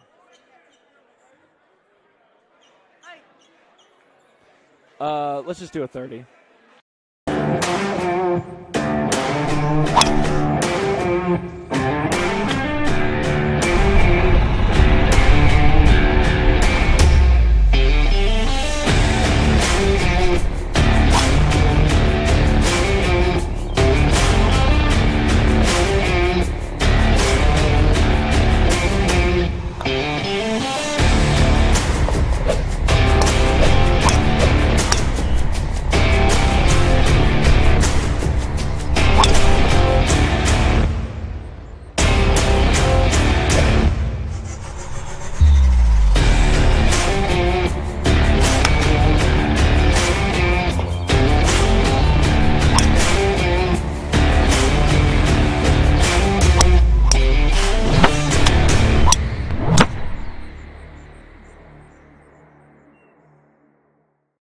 Foul situation. Cam Ray has 4 fouls. Brody McAllister has 4 fouls. On the other side for Glasgow, Quinn Nunley and Jalen Bradley also have 4 fouls. Scherer with that jumper set a new career high. He's got 16 points for the Wildcats. He scored 13 of the 16 in the second half, including 9 in that fourth quarter. Cam Ray and Brody McAllister also in double figures as Kai will go up against Jarek Martin, who wins the tip for Glasgow, and we've got 4 minutes of extra basketball underway. Up top, Driver holds it, gets around McAllister, now kicks it out into the corner to Minton. He was not in there at the end of the game for Glasgow, but back out there for the Scotties to start the quarter. Bradley to Driver, who was scoreless in the opening half, had 7 points in the second half, 6 of them in that third quarter. Glasgow's going to slow things down up top with Martin. He's got 9. Minton, their leader, their only player in double figures with the 14. Bradley gets a screen, drives right, kick out, wide open for three is Josiah Driver, and he swishes it home from the corner. Driver into double figures now with 10, their fifth three of the ball game, makes it 56-53. 3 minutes left to go in overtime. Pardinger left side, guarded by Nunley, gets it to McAllister, working right to left block shot, blocked out of bounds by Minton. Glasgow's had several blocks tonight between Minton, Martin, and Nunley down there. Rabel inbound on the baseline. Fakes the first pass, now goes to Ja'Kai Pardinger. Thought about a step back three. Instead holds it on the wing, guarded by Driver. Kai, top of the key, post up at the elbow. Gets inside, fades and hits from 8 feet out. And he's into double figures with 10. 4 Cats in double figures. But need to find a way to get this thing done. Down 56-55. Coach Spencer claps up his guys on defense. 2.5 minutes left in overtime.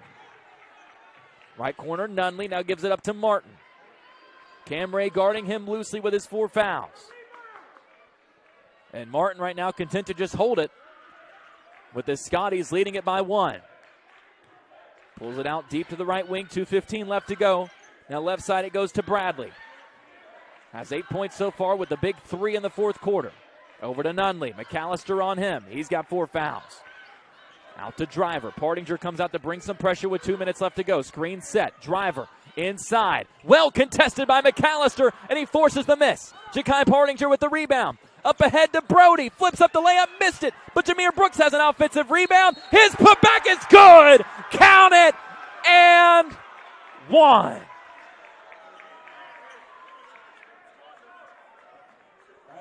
Jameer Brooks has made shots when it's mattered.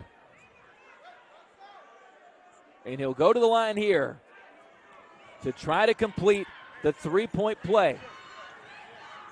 Cats lead 57-56 as it stands. 58-56 as the free throw falls. Jameer Brooks for a second straight game, a point off his career high with 7. And the Wildcats take a timeout with 1:50 left in the overtime. 58-56. Ja'Kai Pardinger made the first bucket. Jameer Brooks gets the 3-point play. What a game it's been. So many standout performances. For a Wildcat team that came out sluggish, you could tell they hadn't played in a week. But my goodness, they pieced it together offensively in the second half of this game. And while maybe the defense didn't stay at the same level that we saw in the opening half, the offense has more than made up for it. And the clutch play has more than made up for it. We're only here because of the game-tying shot from Cole Scherer. And now how does Glasgow respond to being down by 2, 58-56, with 1:50 left in potentially the first overtime? We'll see what Franklin Simpson has to say about that. Bradley brings it across. Brooks picks him up on the right wing. Up top. Driver fakes a 3, shoots from the left elbow, and an immediate response as Driver buries a 16-foot jumper. Tied up at 58, Coach Spencer tells his guys to slow down and run their offense. Driver's now got 12. Back-to-back games in double figures for him. He had 17 last Friday against LaRue County. Leads them with 11 per game. Went 5 straight games in single digits, but has found his stride over the last couple. 1:10 left to go in the overtime. Coach Spencer content to hold this thing. Both teams in the bonus. Ray still holding it at the half-court logo. And now Jarek Martin applies a little bit of pressure out there. Cam gives it up to Ja'Kai Pardinger on the elbow with 1 minute left to go. Now back out to Cam. Cats taking their time in a 58-58 game. Ray has it at midcourt. Martin still guarding him. Martin was on Kai for most of the game, and that switched over to Cam Ray in the second half. Cam's got 11 points, 10 of them in the second half. Now 34 seconds left to go. Ray holding it deep on the left wing. And now Coach Spencer initiates his offense. McAllister comes to get at the top of the key. Now Cam Ray comes to get it back. 24 seconds left to go. The offense set into motion off the ball. Ray still guarded by Martin. Goes to the right, denies a screen. At the elbow, steps back, wide open, jumper, swish from just inside the three-point line. Here comes Glasgow the other way, 7 seconds, 6 seconds, 5, and a timeout is called by Coach Stockton and his Scotties. Cam was able to create some separation with the step back to get away from the much larger Martin. Listed at 6'4", Cam at 5'9". Had a little bump, got a little space, and made it 60-58 from just inside the three-point line. Ray's got 13. Scherer leads with his 16. Ja'Kai Pardinger in double figures with 10. Brody's got 10 as well. We're just a tick inside of 6 seconds left in the ball game. Clutch baskets from the mid-range. Mentioned to start this game, the Cats were getting three-point looks. They were getting contested layup looks, but they weren't making as many in-between shots, those mid-range shots that we're used to seeing this team make between mostly Kai and Cole, but Cam has flashed it as well. Brody can hit those shots, and they've come to life in the second half. All of it on this long road trip, an hour from home, leading 60-58 and looking to take that hour-long drive back to Franklin with an overtime win and a doubleheader sweep on the road. Martin will inbound. 5.5 seconds on the clock. Kai guarding him loosely. 60-58. Martin claps his hand on the ball to set the play up. And Glasgow's going to take another timeout. That turned into nothing. I think it might have been a bit of a decoy play. It really didn't look like anything was happening, but from the frustration from Coach Stockton, something was supposed to happen there. Nothing really occurred, and Glasgow, just before a potential 5-second call, had to take a timeout. They're out of timeouts. So if it gets close again, it's going to have to be played out in a 60-58 ball game. If you're still with us, thank you for joining us, whether on the radio, if you're watching on the stream. I mentioned this earlier. It's been a long night for the stream. Appreciate our crew, Aaron Talley and his students, not just for making the trip up. I know there were some technical difficulties, trips to Walmart. You usually don't plan on those in the middle of the games, but sometimes they just have to happen. And we're glad that one way or another we're able to bring you this coverage of Franklin Simpson basketball. I wish we could turn the camera over to Aaron Talley and the dance moves that he's putting on right now. And unfortunately, my student cameraman not able to make that happen. But we'll get back underway in a 60-58 ball game. Still 5.5 seconds left to go from Glasgow High School. Martin to inbound.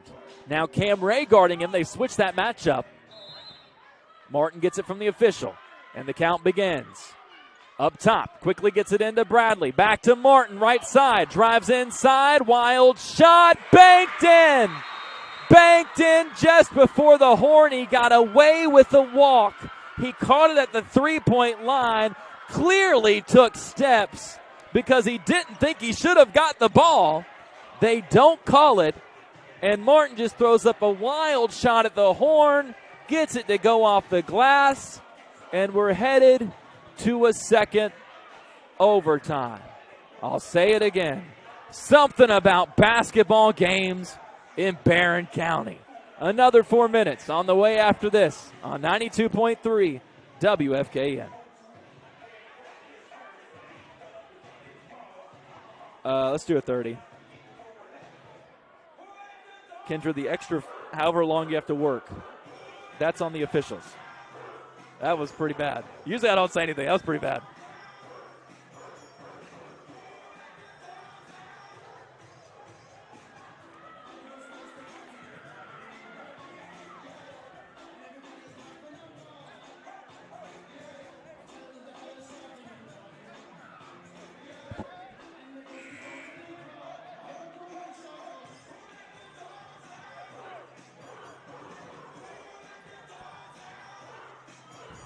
$60-60. Our score here at Glasgow High School, getting set for our third jump ball of the night. Our second double overtime game of the season. The first one, the girls playing at Barron County. Lady Cats were able to pull away and win that game in the second overtime. Let's see if the Wildcats can do the same. The Wildcats win this tip.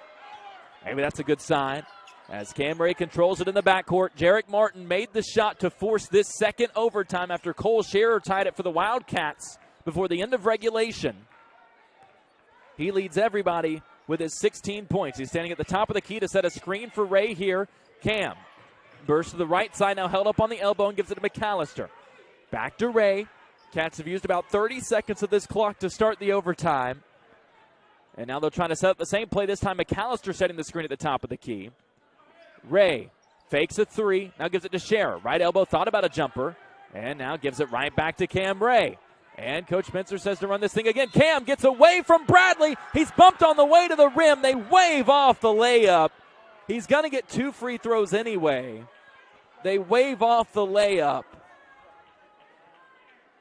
But it's also, if it's on Bradley, that's his 5th foul. He's done. Bradley 8 points as he goes out with his 5th foul. Cam, we talked about this before, if it was the NBA, that's an easy continuation basket. I think they'd give you that one in college. I think it was one of those where the foul was probably before the layup started, but the whistle came in so late that he was taking the layup when it was called. But instead, Cam will go to the line for 2 free throws, and he switches home the first. Now with 14 points after scoring 1 in the first half. If there's ever been a game to sum up Cam Ray, well, it's this one. Second free throw, good. And he's done a lot of it at the line. 15 points for Cam, and he's made 7 free throws on 10 tries. Third time this year he's had double-digit free throw attempts. Cats lead at 62-60 with 3 minutes left to go in the overtime. Right wing, Josiah Driver holds it. Now sends it over on the left side to Martin. Into the corner, back in is Brewster. Now gives it to Nunley. He's got 4 fouls, guarded by McAllister with his 4 fouls. Nunley, long jumper just inside the 3-point line, misses, and Scherer gets the rebound. Chance here for the Cats to get some separation. Up 62-60.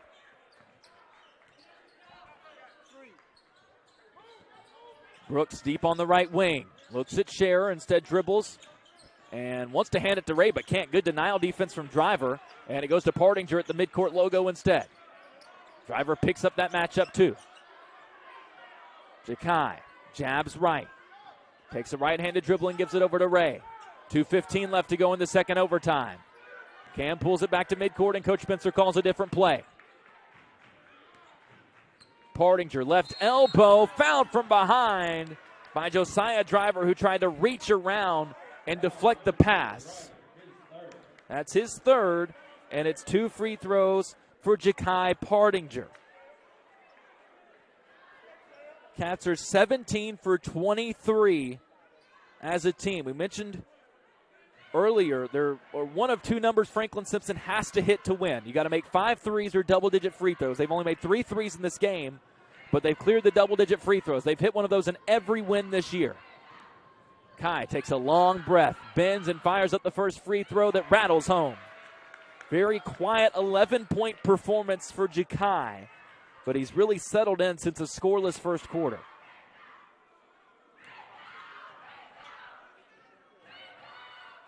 Can he make it a 2-possession game with the second free throw?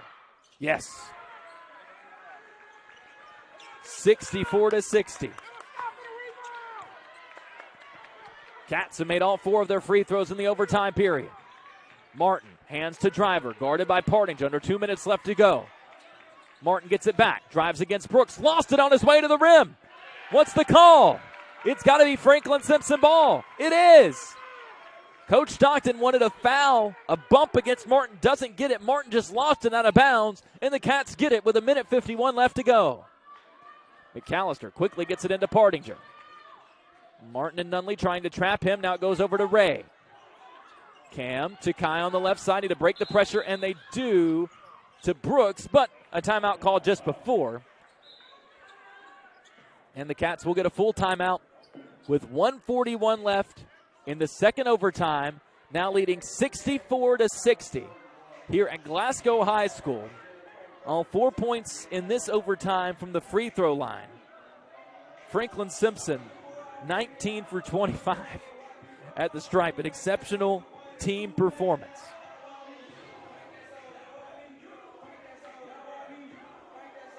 Cam has scored 4 in the 2 overtimes, as has Kai.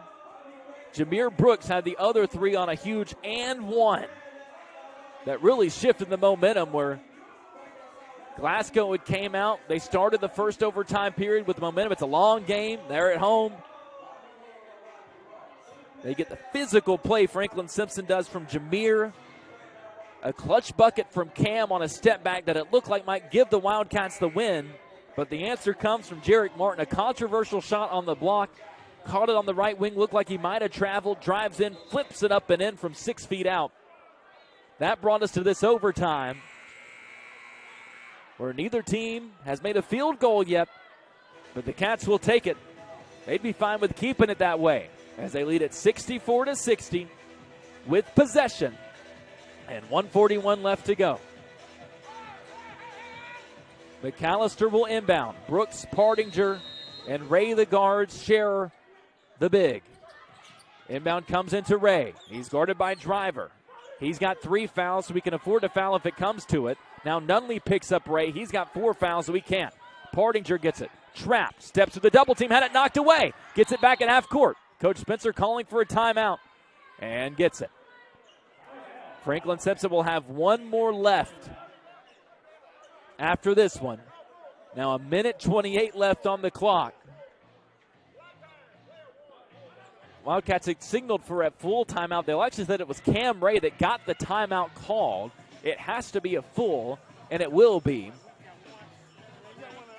Franklin Simpson with 1 timeout left. Glasgow has 1 timeout left in a 64-60 ball game. This would be, now granted the numbers get inflated because we've been in the overtime, but this would make it, if the Cats can pull this out, 2 statistics defying wins for Franklin Simpson. Last time out, you get the 69-62 win over Logan County. And that was just the second time this year the Cats have won when giving up at least 60 points. They were 1-9 coming into that game in those situations. Now 2-9 obviously with that win. If they do it again tonight, they would make it 3-9 back-to-back wins after losing 9 of the first 10 times when that had happened this year. This would be just the 14th time it's happened over the last 5 years where the Cats have given up at least 60 points and still found a way to win. They would move to 14-27 in such scenarios. And Coach Spencer's won a lot of games, 190 of them for his career. Very few have come when giving up this many points. But the Cats looking to seal the deal and make it back-to-back games out of the timeout. 1:28 left to go in the second overtime. Cam Ray gets the inbound to the backcourt. Now sends it over to Ja'Kai Partinger. Cross-court pass to McAllister. Sky's up to get it. Being pressured on the far side by Minton to Share. Kick out to Kai. Now gives it over to McAllister. Brody being pressured by Driver. 1:10 left to go in this one. To Partinger. And he's wrapped up and fouled by Martin. So it'll be 2 free throws for Ja'Kai Partinger, who just made 2 earlier in the overtime.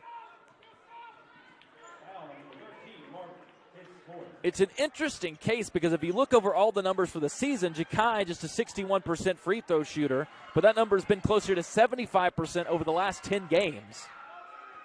And the first free throw misses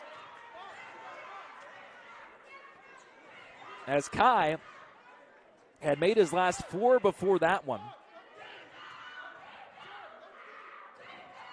Spins it, takes his time for the second with 1:06 left on the clock. Fires and misses both, but McAllister gets the rebound. An offensive rebound for Brody McAllister. Back to Kai. He's double teamed, and a timeout called by Franklin Simpson, their last of the ball game with 1:01 left to go. What a play from Brody McAllister. 64-60. Franklin Simpson leads. Ja'Kai misses both free throws. He was 6 for 7 at the line before those 2 misses.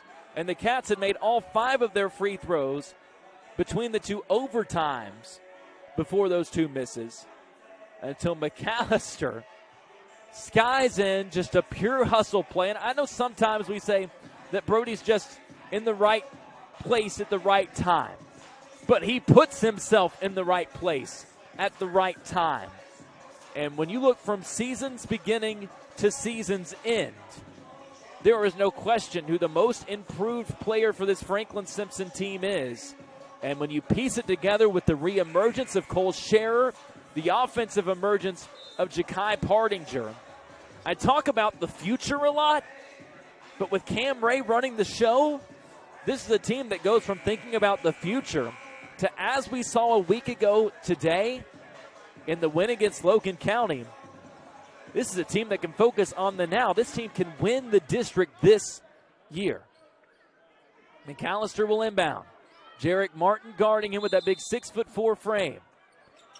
Brody quickly bounces it into Scherer. Back to McAllister. Drives in. The layup is blocked from behind by Martin. He recovered and blocked the shot. Here comes Brewster with 50 seconds left to go. It was a beautiful play, but Martin disrupted it. Gets it back. He shoots a 3. Missed it long, and Cam Ray gets the rebound. 40 seconds left to go. Cam's pass deflected. Loose ball out of bounds. Who's it off of? Officials discussing. Franklin Simpson ball. 39.5 seconds left to go. McAllister had a wide open layup if it weren't for anybody but Jarek Martin behind him to chase it down and block it. But now McAllister will inbound. Gets it to Brooks. Up ahead. Scherer's wide open. He drops it in. They're not going to block that one. Scherer's career high is extended to 18. 30 seconds left. 66-60. On the other end, layup missed. Nunley missed. Pardinger gets the rebound. He'll bring it across half court with 20 seconds left to go. Glasgow calls everybody off, at least for now. 12 seconds left. Brooks down low, puts the layup in. 68-60. Brooks has a career high. The clock will run out, and in 2 overtimes, Franklin Simpson escapes with the win.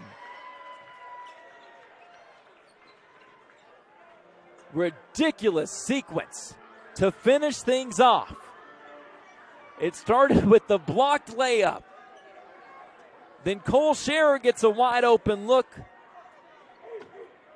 After a defensive stand, Jameer Brooks gifted with a new career high as he makes the layup. And man, he deserves it with the way that he plays tonight. Scherer a career high, Brooks a career high. And the Wildcats winners, 68-60. The final score showing on the scoreboard. Martin made a layup right at the horn.